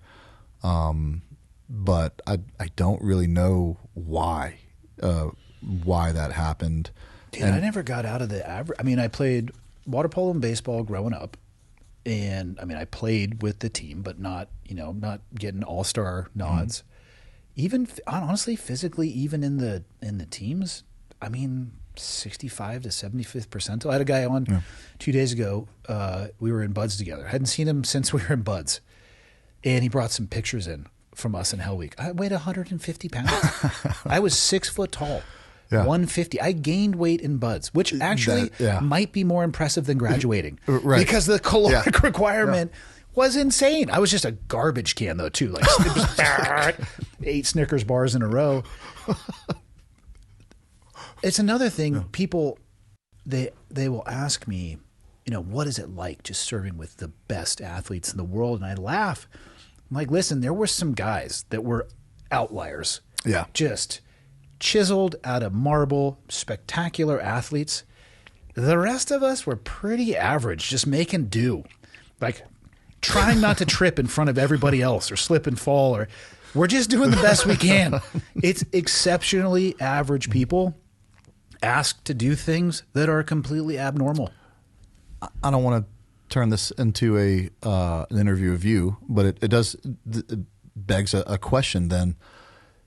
If that's how you viewed yourself, what made you believe you were good enough to leave the white side teams to go assess? I didn't know if I was. I don't think I've ever had anything that I've done in my life where I didn't deeply struggle with imposter syndrome. I didn't know. I mean, people have asked me, did you ever think about quitting in Buds? And I first off, this was many decades ago, so I struggle to remember almost anything about buds other than it sucked. Yeah. It was very painful, and I was glad that it was over. I don't remember having a moment where I was considering whether or not I should quit or I needed to quit. But I do remember being absolutely terrified before training started because I didn't know if I had what it took. Yeah. And then you would think at the end of that training program, you would tell yourself, yeah, okay, I can do anything now. No, I've never had that moment where I'm like, you know what, I can do I've anything. arrived. Never. Yeah. But also when I look at my career, I never got out of the new guy phase. So you go to Buds, you show up at your first team, you're faceless and nameless and you're sweeping and responsible for buying an immense amount of alcohol for everybody else. And at about the 2 platoon mark, you know, they're like, you're doing well. Maybe you can start mentoring people. Well, after 2 platoons, I went and screened. Okay. So I go over there, make it through selection, go up to when I was there, it was the second deck where all the assault squadrons were. And guess what? You're a new guy again. And you're going to be a new guy for 3 to 5 years. Well, I did my 4 years there. Yeah. And then left. And I went to be a Buds instructor, where I was the newest instructor that had shown up. You know, so that was a little bit different. Like, it's not like the other instructors were like, new guy. I'm like, I'll beat your ass. You know? But then I go and I got a commission, and I was the most junior officer in the Navy at one point. And I go to Team 3, and I didn't know what I was doing, but I was the most junior officer. So I never even got out of I retired as a lieutenant, which is a 03, it would be captain equivalent in the Army. I never got out of the new guy cycle. That does suck. I never thought about that. For 17 years, I was a new guy. Yeah. You had a different, you had a great run where you were at. You got to see the whole. I did. I got to see the whole spectrum in both SF. I got to see the bottom of the bell curve and wonder what the hell was at the top. I will tell you what sucks about that. Don't get me wrong, I'd rather have it my side of it than yours. But there are guys that should go to selection that don't. And just their mindset alone, this being their mindset is the reason why they shouldn't go. But it crossed my mind for about a second. I was an E7 in SF. This probably next in line to take a team, and things were easy for me. You know, I was even my team sergeant will probably laugh at this and agree. I mean, I was somewhat of a shadow governor of the team. Like reputation established, bona fides, experience, all of those things. Yeah. Sometimes the team sergeant's coming up to me like, "Hey, Brent, what should we do?" Yeah, but that's a smart team sergeant, especially if there's a discrepancy in experience. He was a damn good team sergeant, but that felt good. Be like, oh, you know, I've made it.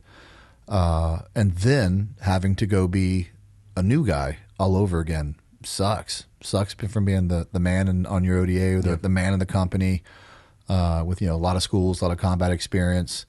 And you kind of run the place to being someone nobody cares about. Shut your mouth, go sit in the corner, wait there for about 3 years before we care about what you say. And that sucked. That is a hard pill to swallow for a lot of guys. And I think it prevents guys from doing it because they get comfortable and they don't want to be a new guy again. And I get it. Was E7 a little bit long in the tooth to go through selection? Do most guys hit it earlier than that? Because for people listening who are not familiar with the military, E9 is as high as it goes. Yeah. Even though some E9s pretend like they're trying to make E10, which I never understood that. It's like, hey, dude, you are 100% in a spot where you can fight against this BS that you complain about your entire way up. Because right now what you're doing is you're putting on the company uniform. There's no E10, bro. It wasn't. And this is another big difference. Army, Navy, Army, especially Army Special Forces. You can move up in ranks pretty fast. Okay. So I went to selection when I was 30. I was in my prime at 30, even though I was E7, which you would think is probably in the Navy. I'd have been a little bit older because you don't really get E7 that fast normally. It would be abnormal because E7 in the Navy is kind of your jump in the enlisted side between junior enlisted to you're up at they call it the goat's locker or chief's mess. But if you went to SF early in your career and between 7, 8, or 9 years time in service, you'll be an E7. If you're not, that's actually kind of a bigger indicator. It was a brand new E7, but I was an E7. So still a wild concept. People would hear that like, yeah, you were the man and you go to this place and all people care about is whether or not you can perform. It's like, shut up, Do your job. You are under an immense amount of scrutiny. Go ahead and screw up one time and see what happens. Maybe twice, Right. but the first one's going to get you some more scrutiny. They just and I understood this later. I knew better than to talk. I had a team leader that was a Ranger guy who was a very stoic, kind of hard-nosed guy. So it was easy to read the room and be like, I'll just shut up and sweep the floors and take out the trash. I know my job. But we'd have other new guys every now and again that would say something, and generally speaking, they just didn't care. And that new guy during this time of the GWAT might have 5, 6, 7 deployments. Yeah. I think one time, to quote one of the guys, like, I don't care how you did it in the minor leagues. And it seems like, from the outside looking at people like, well, you should probably listen to everyone. But those tier 1 targets were different. Like they just were different. They were a lot more volatile. And it even though that experience absolutely helped me, even the way you're prosecuting them is different. How you get everything there. about it. Yeah. The speed. The efficiency, the speed. Exactly. Everything about it is different. It's based off the same template, but it's expressed in a different manner. Right. And that's a good way of putting it. Based off the same template. So as a new guy makes you feel like, hey, I've seen this template before. I've got this. That's what you say to yourself in the cage by yourself. You don't say that in front of the senior people. Yeah. And once he was told, hey, we don't care how you did it in the minor leagues, I was like, yeah, just shut up. That is tough to swallow. And that's something I think that goes against, it's a little bit different generational. And I know people, I still keep in contact with some of the guys on teams, and it is a different generation. This generation is a lot more inquisitive. They ask a lot of questions. They're not scared to speak up.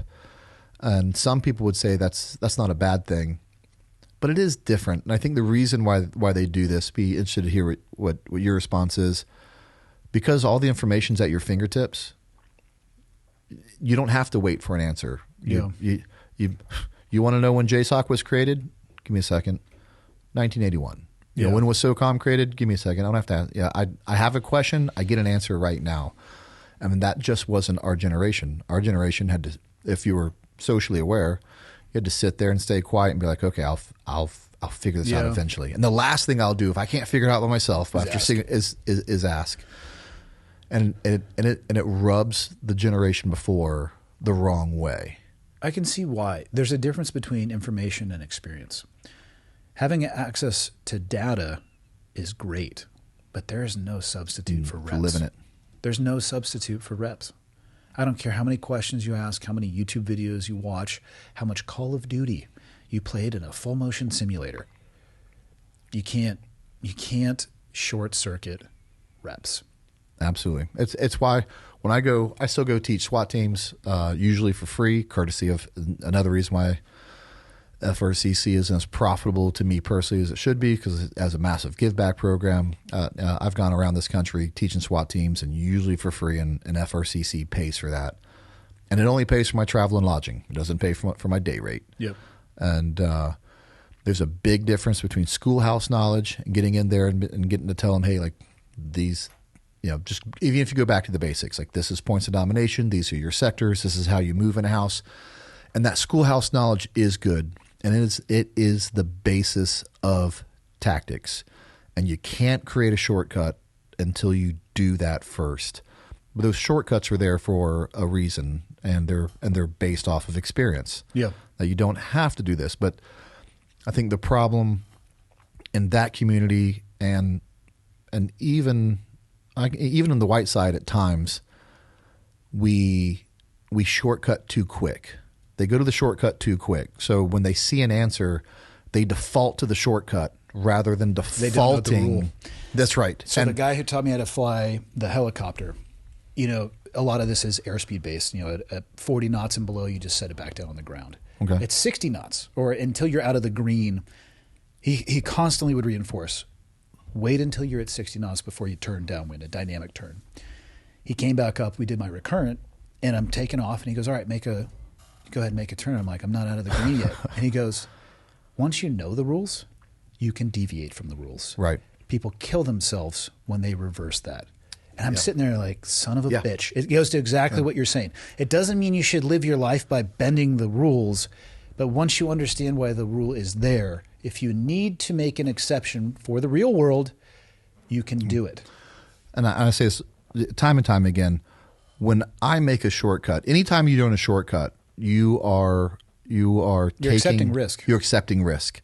So when I take a shortcut, I know the risk that I'm taking for me personally, and I know the risk that I'm putting on my team by not doing my job, because I know what the right answer looks like.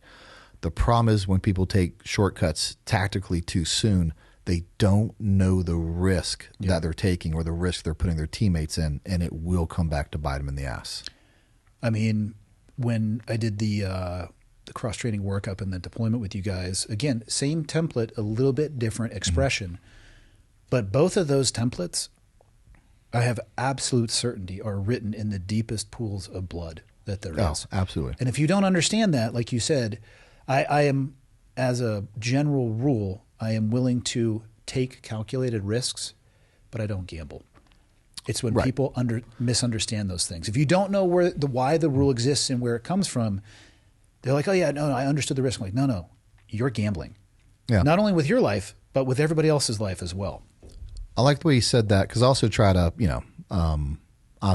people have this perception that, that these tier 1 units are just superhuman and that they're ahead of the curve. And it's just absolutely not true. I normally put it like this: our best guy will beat your best guy, but it'll be close. Like it's not something crazy. But he'll beat him, but it'll be close.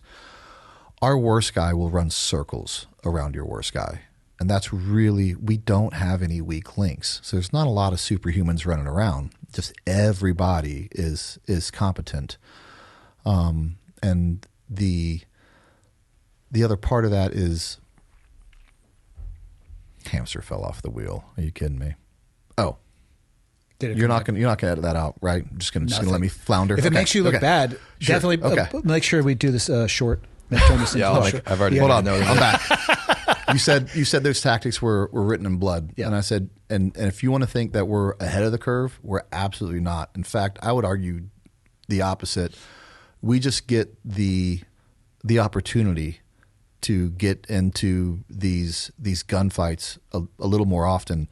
And I would even argue, I think some of the changes that we made took too long to make. 100%. We just had the opportunity to keep making them and eventually say, hey, is there a better way of doing business?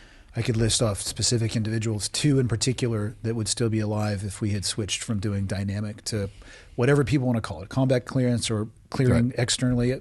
Yep. 100% would be alive. And then you can take it a step farther and say, were warning signs there leading up to that? Yep. Oh, doors cracked open a little bit. Light sources in the rooms. Finding people in areas that would be the last place that you would look on a normal entrance. Like, hey guys. But of course, this is looking in the rear. Hindsight, right. At a time where you do an AAR and you're getting briefed on another, and you're going from sundown to sunup. Like, it's not an excuse, but it's a reality. Yep. Yeah, completely they would agree be with alive. What do you make of all your military experiences? Like, looking back, especially given the optic of where our country's at now, and just, this is one I existentially struggle with. Like, what's the point of everything that we did? I'm not saying it was pointless. I ask myself, what was the point? It's gonna sound like I just put on blinders. Of course, I think about things like that, every now and again. But I really try not to think about that. I really think about, like, what The ostrich approach. What good does it do me? I can't go back and change it. We're not going to change anything for the future because of it. Really, when I look back at my military career, and I truly mean that, I'm just humbled and grateful. Like, I really am. I look at all the good guys that didn't make it or got hurt, just doing something silly. I look at the guys who I thought were better than me and didn't make it as far as I did. And I just look back as grateful. Like, what a wild ride, and what a time to do it. I mean, there were guys in the 80s and 90s with just as long as a ride, and just also hit all the milestones that I hit, and never really got to to put it to task. And I got to do it. Were we the lucky ones, or were they? Because by doing it in real world, I mean, we were. I loved it. I did too. But it comes at a cost. And that's why I say, who's the lucky ones? The ones who got to sharpen the knife and never had to get into a knife fight, or the ones who sharpened the knife and then spent a career in it and had to suffer the consequences of it? Never had to bury a friend and another friend and another friend. That's another one. I just call it the ostrich approach. We all knew the risk. Yep. And it could have been any of us at any time. And any of us at any time could have not re-enlisted and say, you know what? We all had access to that for information. We all knew the wars. If you wanted to argue it as being a little bit pointless, Iraq for sure. We knew. Iraq, the handwriting on the wall for Afghanistan had been up there for the guys from the ground the whole time. We knew the Afghans didn't want this. There's a reason we were driving them for years and years and years, and they never really started doing their own unilateral operations because they were incapable. Yeah. Like, I don't think there was any guy on the ground that when they saw the fall of Afghanistan went, man, I can't believe the Afghans didn't stand up to the Taliban. No, they haven't done it for 20 years. It was the other way around. They said, I can't believe it took that long. Have you seen the Taliban rollerblade brigade? I think I've seen social media clips. I hope it's real. I'm willing to fall for that type of AI. Yeah. Oh, but also, why didn't we think of this as a way to get to target in an urban environment? Can you imagine? Yes, look at this. Why wasn't this us? At least once, just so we can say we did. Once. I mean, look at my man. He actually has flags on little plastic holders, one on each shoulder. And what he's wearing is not ear pro. I think that's a musical headset. But, I also got to live during a really cool time of war. I've worn jeans on target. Yeah. Which, I mean, it sounds small, but in the grand scheme of the military, that's crazy. I've worn cowboy boots to target. Really? Oh yeah, definitely haven't done that one. More of a homage to my grandfather and my family. Which that's how you know you've been doing it a while. You're like, tonight, guys, I'm gonna go with cowboy boots. We're gonna go with the rattleskin boots. No spurs, obviously, because I want to not give up my position. But yeah, that's how you know you've been in it long enough. You start having really dumb ideas. Yeah, yeah, maybe, but I loved it. Like I really did, and like I said, any of us could have stopped at any time. Yeah, we kept doing it. So I look back at that, and I do like. You think it made you a better person or worse? That's a good question. I think it made me a better person. Same here. But I think I fumbled the ball a few times, and I don't think I capitalized on it as much as I could have. I think there are opportunities for me to exit that an even better person. And I didn't do it. Yeah, I think very largely it was positive for me. Something I struggle with sometimes is, at my best, I was able to make very complicated decisions quickly, like binary black and white, up into, the ending of human life, which that's another one that's romanticized, where they think that you're like watching somebody for 72 years and I'm like, you scared me around the corner. I got you because you didn't have night vision and I did. And right. Surprise. But I have that mindset of thinking everything in life has to be made at that velocity has bit me a few times. Not giving it the time it deserves. Not reminding myself, hey, bud, nobody's shooting at you. Give people a little bit of grace. give this decision a little bit of time and be open to maybe revisiting some decisions because you made it too quickly.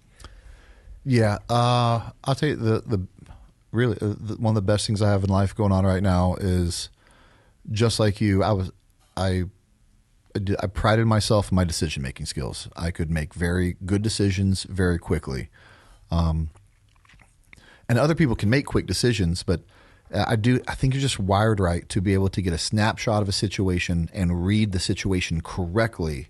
Because that's the first thing you have to do before you can make a good decision. If you don't read the situation right, you're going to implement what you believe is a good decision. Reinforce this though too. I mean, we had the benefit. I mean, if you look back at almost every training evolution you ever did, it's a snapshot of that. Right. Hey, situation decide, and you're on the clock, and everybody's watching. And if you make a mistake, everybody's like, "You suck," and you're like, "Yeah, kind of." And I brought that mindset over to business, and it did help me out a lot. The business was failing. So rather than just like, well, we're just going to ride this in and hope for the best, be able to assess that and say, all right, well, what can we be doing different? What's our weakness right now? All right, let's not do that. I don't know if this is best, but let's try this. And then be able to stop and pivot quickly enough that we didn't dig ourselves a grave that we couldn't get out of. But the problem with that was, it's always just been me making decisions, and I got really comfortable with that. But I haven't. I'm not always the best at it, and so I finally Nobody can be the best at everything. I finally have someone in my life that I get to bounce ideas off of that I trust, and be like, hey, this is what I'm thinking about doing. Like, should I do this? And even with that, it's a hard habit to break, to bounce an idea off someone that you trust and that you know is smart or sometimes smarter than you in business, and still not go with your gut and be like, I'm still going to do things my way because that's just what I'm so used to doing. Then only to find out like, oh, maybe I shouldn't have done that. Yep. So, but I pride myself. I used to say this all the time, but of late it hasn't been necessarily true. I don't make the same mistake twice. I'm just really creative at my first mistake, so I can make an amazing amount of new mistakes. But when it comes to that, I've made the same mistake a few times. So thank you, Devin. I'm doing better. Yeah, fortunately in life so far I haven't made any. So, God, I'm trying to tally my failures here, and I'm like, maybe we should tally the successes because there's way fewer of those than mistakes. No, if I look back at the best leaders I ever worked with, they never tried to be the smartest person in the room, and that's something that I try to emulate. The best leaders always tried to staff the most capable and competent people, and they would solicit for guidance and advice and feedback. Then they'd make the decision, but it was an educated one. And I'm always wary of somebody who thinks they have the answer to everything. Yeah. When you make a bad decision, though, does it make you feel better when you get on your helicopter and go for a ride? No, because I just think about flying it into the side of a mountain. You piece of shit. I struggle with negative self-talk from time to time. plenty of mountains out here. Yeah. A lot of options. A lot of options. When I make a mistake, it hurts. I mean, do you know anybody who gets pumped about failure? I don't. Well, actually, I don't know. Michael, you fail pretty often. You seem to be failed. Yeah, no, you just take it out on me. That's fair. That is fair. He's not pumped about that haircut, so I don't. No. Yeah, so I think. What should we call it? Is that the Caesar? That's pretty good, actually. Yeah. Because of that Superman little loop, the Super Caesar. Yeah. Super Caesar, yeah. Yeah, that also was not on purpose. That's just how it fell. That's how it fell. Super Caesar works because you like tossing guys salads too. So. That's true. That's so true. Take every opportunity that you get, Michael. See that? You're going to leave here a strong man. You're going to leave here a strong man. I don't know. No, failure sucks. It's the worst. It is the worst, it is. and it hurts, especially when you come. Like there were so many individual failures, micro failures, but our teams never failed. Like we always won, and that's what sucks is that team is gone, and you're by yourself, and you fail, and fucking sucks. I can deal with failure. I really can. I've learned to, and I've learned to grow from it and then do my own AAR. I'm like, objectively, why did this happen? Was I too emotional? Was I too quick in my decision? I do the same thing. Let's not make the same one. I was going to say twice, but now I just say as few times as possible. But here's the irony of that. It only happens a few times. When I say I can deal with failure, if it's something out of my control and it's just... That's easier to tolerate. Sometimes you just take an L. Yeah. And I can take those. Like, I really can. I just brush them off like, hey, sometimes life sucks. Like, what are you going to do about it? The problem is when I take an L and I clearly see in hindsight that it didn't have to happen. And those haunt me. And I do. I lament over those. I get a bad attitude over it, which is also still silly because there's nothing you can do about it. Well, I mean, you know what I mean? I don't know if it's silly. I think it's beneficial because there's the other side of that coin, and that would be the person that fails, never even takes a look at why, and they're just hop, skip, and a jump down life, and they keep making the same mistakes, but they never care. I'll take the person that struggles to sleep at night after a big failure because they want to figure out why and what they can do differently over the oblivious person. But you can. My argument would be is you could do that without mope around pissed at everyone. I say pissed, with the bad attitude. Like you can still acknowledge it and turn that into positive energy and be like, all right, well, let's assess this. How's this not going to fail again? Hey man, back on the horse. Let's go. We don't have as many reps at that yet. Yeah, we got a lot of reps at the other stuff. Yeah, and usually the smaller the mistake, it's just the irony of it. The smaller the mistake, the more pissed I get. I'll give you two examples. If I miss a turn on the highway, don't talk to me for about 10 minutes. And I don't get mad on the road. You can cut me off, and I'll be like, I was in the blind spot. It happens. Same here. Like I actually make excuses for people that cut me off. Yeah, I really don't get mad on the road. People in the slow lane do tick me off a little bit, but I don't sit there and honk my horn or flipping the finger. The other one more recently, we were in the Virgin Islands.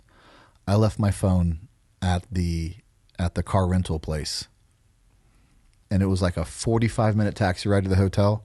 For the whole 45 minutes, just fuming because I left my phone. Of course, you're a failure as an operator. I know, just fuming. You left your nods on target, and you can never recover. And nothing you can do about it. So I'm going to sit there and ruin this vacation and fume. We get to the hotel. The lady at the hotel goes, "Oh, I know the people at the airport. I'll just go drive back and get it." She comes back in 30 minutes with my phone. I'm like, "What?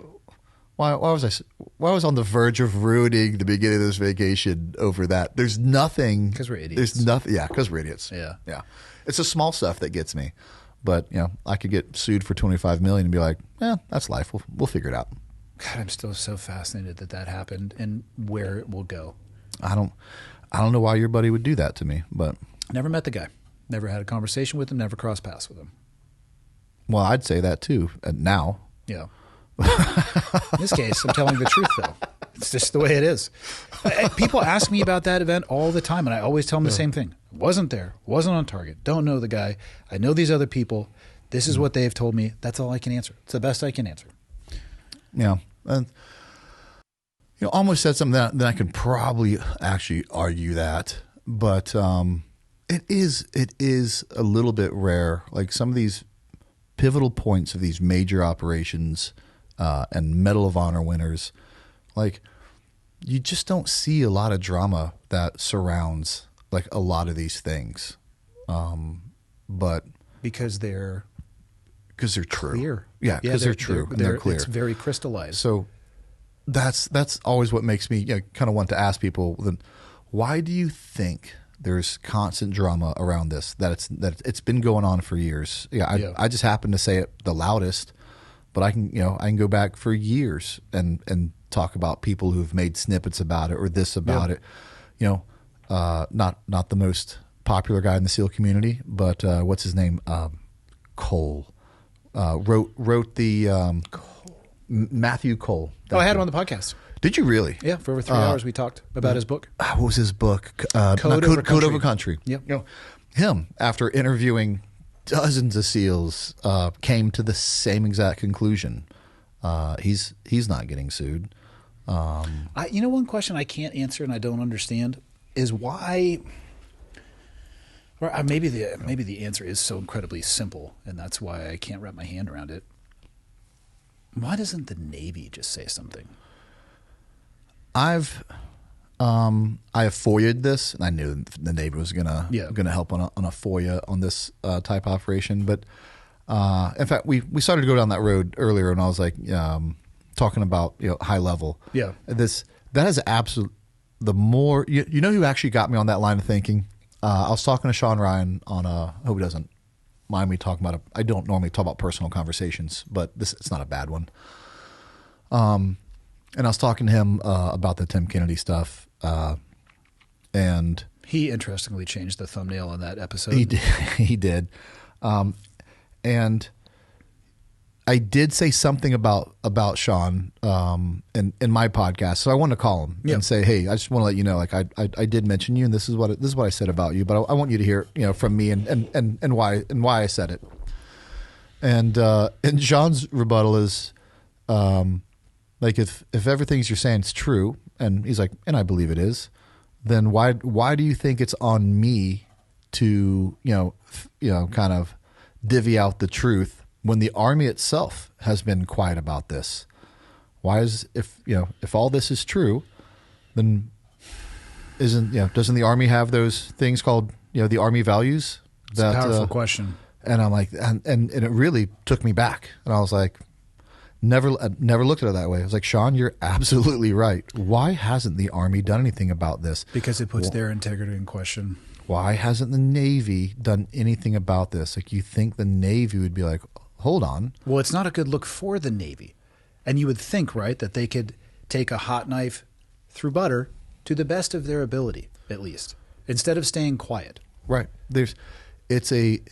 And there's always the people in the comment sections like, well, they think that he was, tapped by the Navy to be, the spokesman about this, and so they kind of blessed off on him. Yeah, right.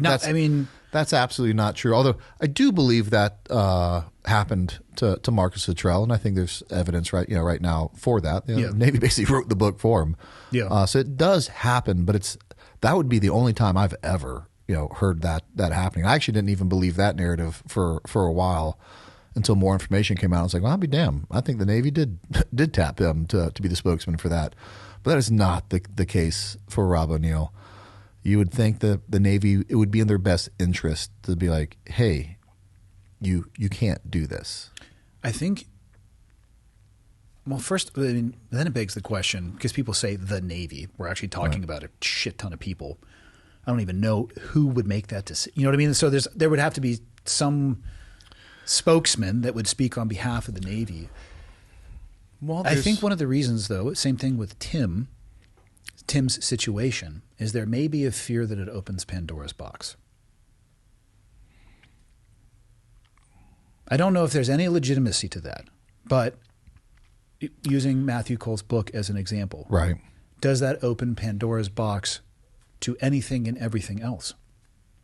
Well, it definitely would do this, and I don't know we'll end up saying the same thing. It would definitely start a precedence of the Navy weighing in on retired people, but they're not just retired. Like they're telling the story and being representatives of the Navy. So they're absolutely, in fact, the Navy is still paying Rob O'Neill. He is through retirement.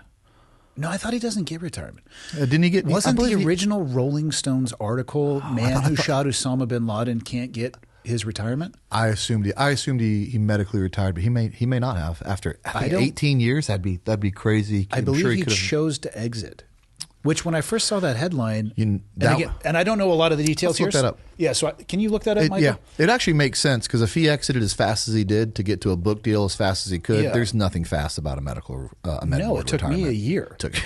Yeah. And also, I when I read that article or the headline, and this is like a decade plus in the rearview mirror, I don't have. He did not receive a military because he left after 16 years. Yeah. That's a decision that somebody makes at 16 years. I'm sorry, but I can understand why people would want to do that, But you don't get to complain to the Rolling Stones that you don't get your retirement because you chose to leave before exiting the required time in service to achieve your retirement. Right. Although he was eligible for veterans pension, Which probably means, I bet you, through his GI Bill I bet you that benefits, means disability. So VA disability would be my guess. Yeah. But yeah, it would set a precedence, but I would argue it sets a precedence in a good way. I mean, that's, obviously because of the episodes that I've done and the work I've done, that's this side of the fence that I err on. Yeah. You can be quiet and complicit, or you could stand up for the truth. And I would like our Navy and our military to stand up for the truth. And here's another, I think it's just a fallacy. When people are like, well, if I do this for you, I'll have to do this for everyone. I've been told that a few times my military career.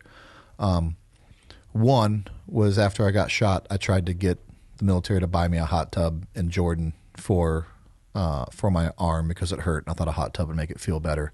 This sounds like a reasonable train of thought to me. That one, probably I deserved to be told that. But I hate I would have asked for like an ice cream. I'm going to ice it from the inside. Yeah. I will eat the ice cream and then also ice my arm with it. But that's not true. If you do this for one, it doesn't mean the precedent's been set. You have to do it for everyone. We'll take DUIs, for example. I hate the blanket thing that we do for DUIs within special operations, to kicking guys out. Every one of those things should be looked at as its own separate instance. I know a guy who went drinking real heavily on a Saturday night, knew better than to go home, so he slept it off at his friend's house, woke up early the next day to drive on home. Yeah. Got it on the way in after doing everything right. He blew a .082, like just barely over it. That's a lot different than someone who blows twice over the legal limit and is, putting everyone's life in danger. Yeah. So I don't believe just because you do it for one, you have to do it for everyone. It doesn't set a precedence. Every single one that comes up after this should be looked at as its own incident. Yeah, I'm clearly not a representative for the Navy, but my personal opinion on all of this is I would rather see the SEAL community get a couple black eyes, but maintain their integrity. I would rather the community writ large, myself included in this, be knocked down a few pegs, but maintain the integrity of the community than perpetuate something that isn't true. I'll vent to you about this, not that, which is a little bit pointless. You're not the representative of the SEAL community, but I'll give you an attaboy. Only on Fridays. Okay. You do it professionally. Like, you don't come over the top. Like, you say exactly the truth about what you know about the incident. Yeah. But you'll speak on it. Like, hey, it's just not what anyone who I've ever talked to has confirmed, and that's fair. From me at the start of doing this, the amount of SEALs who will call me and tell me the story, and after I do the story, call me again and thank me for doing the story. But the lack of real coming out support, the SEALs could absolutely overwhelmingly come out on this and be like, "Hey, we're tired of this. Yeah, this guy's been a black eye to our community for a long time with his shenanigans and his lies. It's been enough." But they won't do it. I mean, there's just the few, like I've already said. Matt Bissonette's actually a great one. Matt Bissonette does it professionally. Even on the Sean Ryan show, he never came out and said anything about Rob, but he did have a lawyer sitting off his shoulder, which not a bad call. But his story clearly, showed a very different story. Very different story. Like I said, Chris Fettis has come out. The owner of G2 Precision has come out, but I believe it could be easily taken care of within the community as it should have this whole time. It shouldn't have been me coming out there, to be honest with you. Some of those people, the ones that will reach out, probably don't have any level of comfort in a public spectrum. I can understand and respect that. And it's, again, life is about the choices that you make. Yeah. They're the one who, whether they're sleeping great at night or they're struggling to go to sleep for whatever reason it may be. Yeah. But when is enough enough? It's a good question, man. And to answer my own question, that answer is different to every single person. Has a different threshold of enough, but it really hasn't. To me, it's easy to say. It really hasn't hit the SEAL community of being enough yet, because there's a lot out there that know the truth, but choose to be quiet, and it's about getting to that point where we're going to have to start saying something. I think the initiation of the lawsuit might actually trigger that for a lot of people. It might. It might be a train that left the tracks, or not the tracks. It would probably stay on the tracks, but left the station. I think that's how that metaphor works. Yeah. That is actually no longer in his control. I mean, I'm curious to see the end state versus what he thought the intent or end state would be. I think they might be very different. Yeah, and we may have a conversation about this later, and I kind of tend to agree with that. Like, we were talking about that on the podcast, and we had no idea things were already set in motion that were just about to come out, and we didn't even know about it yet. Yeah, and I do believe that's a strong possibility. But we gotta see if it even goes to court first. Yeah, really, I don't have a very good feeling that'll even make it to court, and I should be happy about that, because going to court is going to cost a lot of money, but I'm afraid only court is going to be the catalyst of having people have to come out and finish this. So, fuck, man. What else do you want to accomplish with your life? How old are you now? 45. What I want just because it's a passion of mine. I want to continue to grow FRCC into a national brand. I want us to be the company that every time something happens in the law enforcement community, that they're like, hey, FRCC will step in. They'll help us. Yeah. We still get a lot of those requests. I'm just not happy about what we're able to do. A firefighter just lost his life September 8th in Georgia, and we're going to donate $1,000 and a bunch of coffee and cigars to it. But just so they know, hey, like, people care. You're not forgotten. Well, you got to do it smartly, because you can't, if you burn the business to the ground in the attempt to support that way, then the support is gone. Yeah, right. Then both things are gone.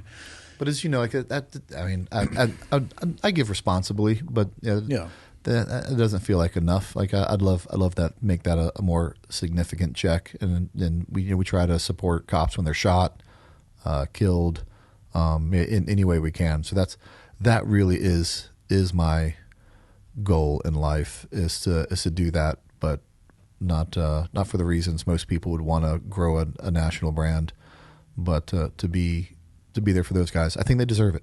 I think our wars are over, and their wars are just beginning, if you will. They never end. Yeah. Well, they've gotten worse. They've gotten a lot worse, and it's never ended, but it's getting worse. Yeah. And they're going to need support, and I'm afraid they already feel like no one supports them, or they're not well liked or supported enough. And I believe there's a need for this. Outside of business, are you a travel guy? You got any other skills that you want to learn? Like, what turns the ignition over for you? I don't travel a lot on my own will. Devin drags me around to places, and I'm glad she does, or else I wouldn't enjoy life. I'd just sit there and work myself to death. I don't know. I didn't have a lot of answers to that when I was 4 years out either. Yeah, I don't. Now that you ask me that, I kind of feel bad that it's not shouldn't be a hard question. It's a very hard question when you come from a place where people present you with the targets you need to knock down. Yeah. When you have to find your own and spend time with yourself, what do I want to do? What is it that I actually enjoy doing outside of that world? It's tough, man. This is going to be such a almost a foolish answer, but I'll give it to you. I drive a 180,000 mile truck and it'll see 300,000 if I can help it. I've never bought a new car in my life. It's actually smart. Investing in depreciating assets is a strategy that I've tried many times. Always nets the same thing. It's so bad. I've liked the new Corvettes, the C8 Corvettes, ever since they came out. I owned a C6 Corvette and had to sell it to be responsible. And I always told myself I would buy another Corvette, but it always seems like a foolish decision. What's even worse to some degree is I could force it and I could buy one. Mm-hmm. I just choose not to. I would just love financially to be at a spot where I'm like, you know what? You're almost 50. Buy the Corvette that you want. And I'm not even talking about that $150,000 Z06. Yeah, for sure. I'm just talking about talking about old white guy goals. There's one. I would just like to get in my car and be like, all this work was I have something to show, just me personally, for all this hard work. It's probably a really weird answer, but there you go. It's not a weird answer. I mean, there is no right or wrong answer. Everybody's completely different. One thing that has helped me since I've been out is I'm constantly looking for new things to try or teach myself. Yeah. I love the process of learning, and I do think it keeps your brain young, which helps you stay more engaged and more active. So finding new stuff that I maybe hadn't even thought of and kind of diving into that has helped me quite a bit. When I get some more time on my hands, I'll probably have 4 or 5 guitars I used to play all the time. I rarely have the time to play them. I'd like to sit down and just play guitar more.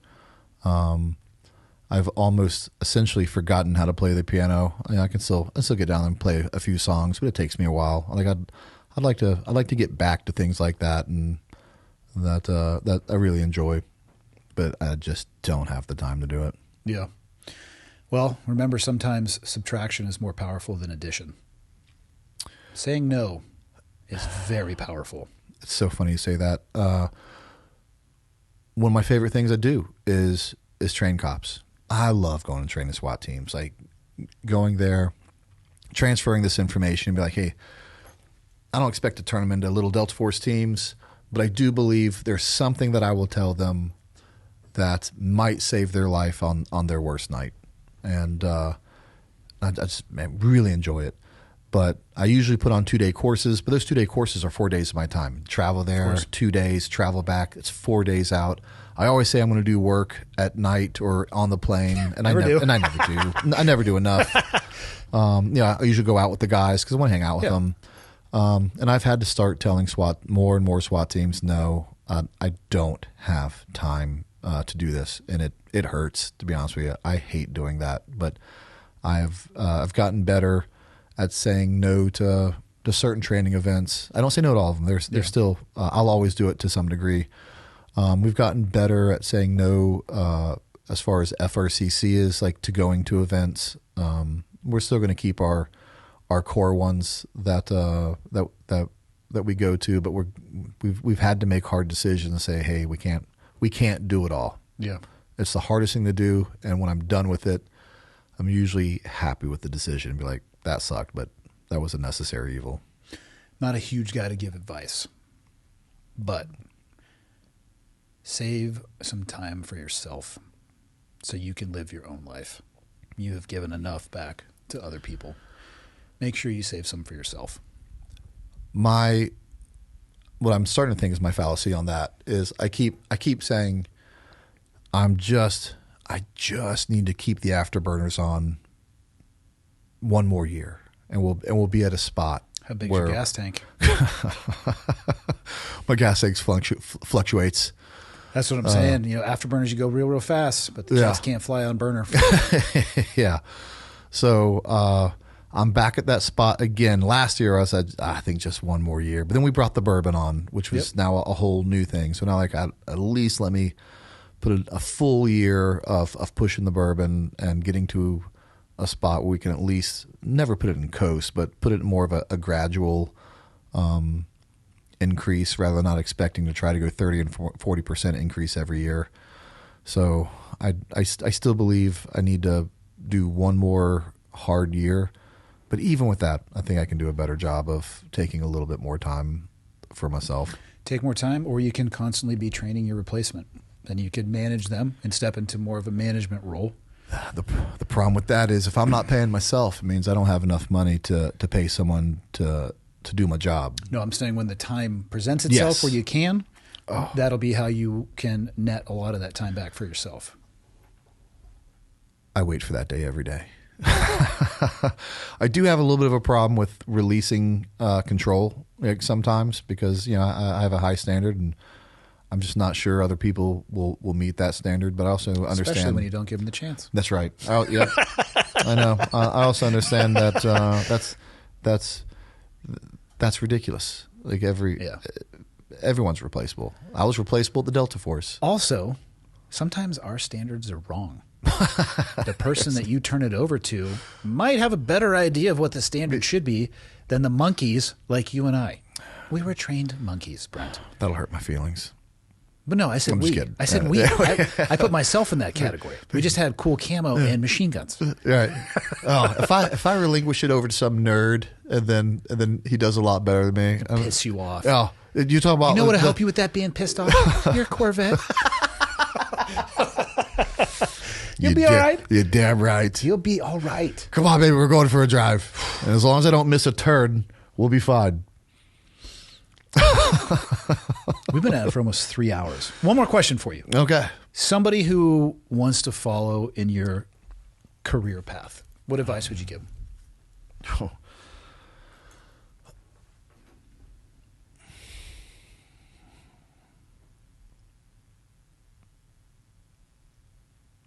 You can say, just become a SEAL if you want. It's a tough question because times have changed. Yeah, like everything's changed. There's a lot of variables there, but there are people out there who want to be the next Brent. What'd you tell them? If you wanted to become like the full one, if you wanted to go be a Green Beret, go to the Delta Force, get out, be an entrepreneur, be a podcast host that stands on truth, the whole gambit, I would say it is not the easiest path, and it is not for everyone. And if that's the path you want, you better fucking want it, and you will regret it sometimes. You will. This is supposed to be a pep talk. You'll regret it sometimes. Sometimes you'll think it was other things that you could have done that were a lot easier. But I assure you, when you put your head down at night, you'll go to bed knowing that you're a good man that's done good things, and you've done them for the right reasons, and that it's worth it, and that hey, this tough things aren't for everyone, and it's a good thing. Sure. It's a good thing. Tough things. I just said this the other day. I was watching a Dana White interview, and someone was talking to him about how weak, I'll paraphrase this, but how weak men are, and what does he think about that? And he for someone that wants to start in this day and age, and he's like, you should love it. Like, now is time to be a lion. Like, there's so few lions in this generation coming up. For the few lions out there, the world's your oyster, buddy. Yeah. Like, why? Open prairie in front of you. Right. Why would you want the competition? You wanted to start this 10, 15 years ago when there was a bunch of lions in this space, and you're fighting, everyone 20, 30 years ago, how far back you want to go. Like right now, if you're a lion in this space and in this generation, go get it, buddy. Hell yeah, man. Where's the best place people can find you, support what you got going on? As always, if you like coffee, cigars, or bourbon, FRCC.shop. That's like a full day right there. Morning, that's right. midday, evening. That's right. We got you all day, day. My podcast is easiest place to find is YouTube, Tier 1 podcast, number 1 Tier 1 podcast. If you feel like you have low energy, low sex drive, you're in your 30s or 40s, you just want to get checked out, go to hp-trt.com. get your levels checked. That not to this isn't a sales pitch. Let me tell you, about a year ago or less, I was just miserable, working myself to the bone, not working out, not eating right, and ironically enough, I'm a part owner in a TRT company, and I called and was like, hey, I got to get my blood levels checked. Something's wrong, and my testosterone was at 36, and my free testosterone was at 0.3, just basement levels. That's like diesel in a race car. It couldn't have been any worse. And then for me to think, hey, like that things are just going to magically get better if I do nothing to help myself and do nothing to improve my situation, like it was just going to get better. I can just work myself out of this one. That one's just not true. So that one, even though I say I spend the least amount of time on it, that one I believe like really does change people's life the most. And ever since then, I don't. It's not the one-all cure for all your life's problems. Yeah. But let me tell you, as a man, if you have no energy and the whole house is depending on you to provide for it, and you just feel like you're a lazy piece of crap dragging ass all the time, you might want to get your blood work. Yeah. Also, if you are a lazy piece of shit and you take testosterone, you're still going to be a lazy piece of shit if it's not your blood work causing that. Well, it doesn't solve laziness. You know what I mean? Inherently, you're still going to have to do a bunch of work, and it's one metric that you can check, and you got to get a bunch of them checked. But yeah, this is the irony of it. We'll just take it from my perspective. But yeah, I'm sure some listeners will agree with this. If you weren't always lazy and you spent decades being a hard worker with plenty of energy, and just now in your 40s, that's an indication of something's changed. You've just become lazy. And as men, our first option is just to bash ourselves, and I did. I was like, "You're just a piece of crap. Like, what's wrong with you? Like, why are you lazy now?" Strong work. I like hearing the story. Right. The conversations I have with myself in the mirror every morning. Just bashing myself. Super helpful too. Real helpful. So yeah, if you've been a piece of crap your whole life, testosterone's probably not gonna help you out. But if you're pretty productive most of your life, and in your 40s, you're just like, what happened to me? Yeah. Just get your blood work done, and and even if that's not the answer, start checking things off the 100%. list. Yeah, get a baseline now, so at least you have something in the future as well. Yeah. I wish I had baselines from when I was in. Oh my gosh, I know. Yeah. Same thing. And now the unit's starting to do a lot better job of like cognitive baselines. Yeah, they should. So we can really wish we'd have done things like that earlier. Blood work, testosterone baselines, all those are just they're a necessity, and we're starting to do some things better. Hell yeah.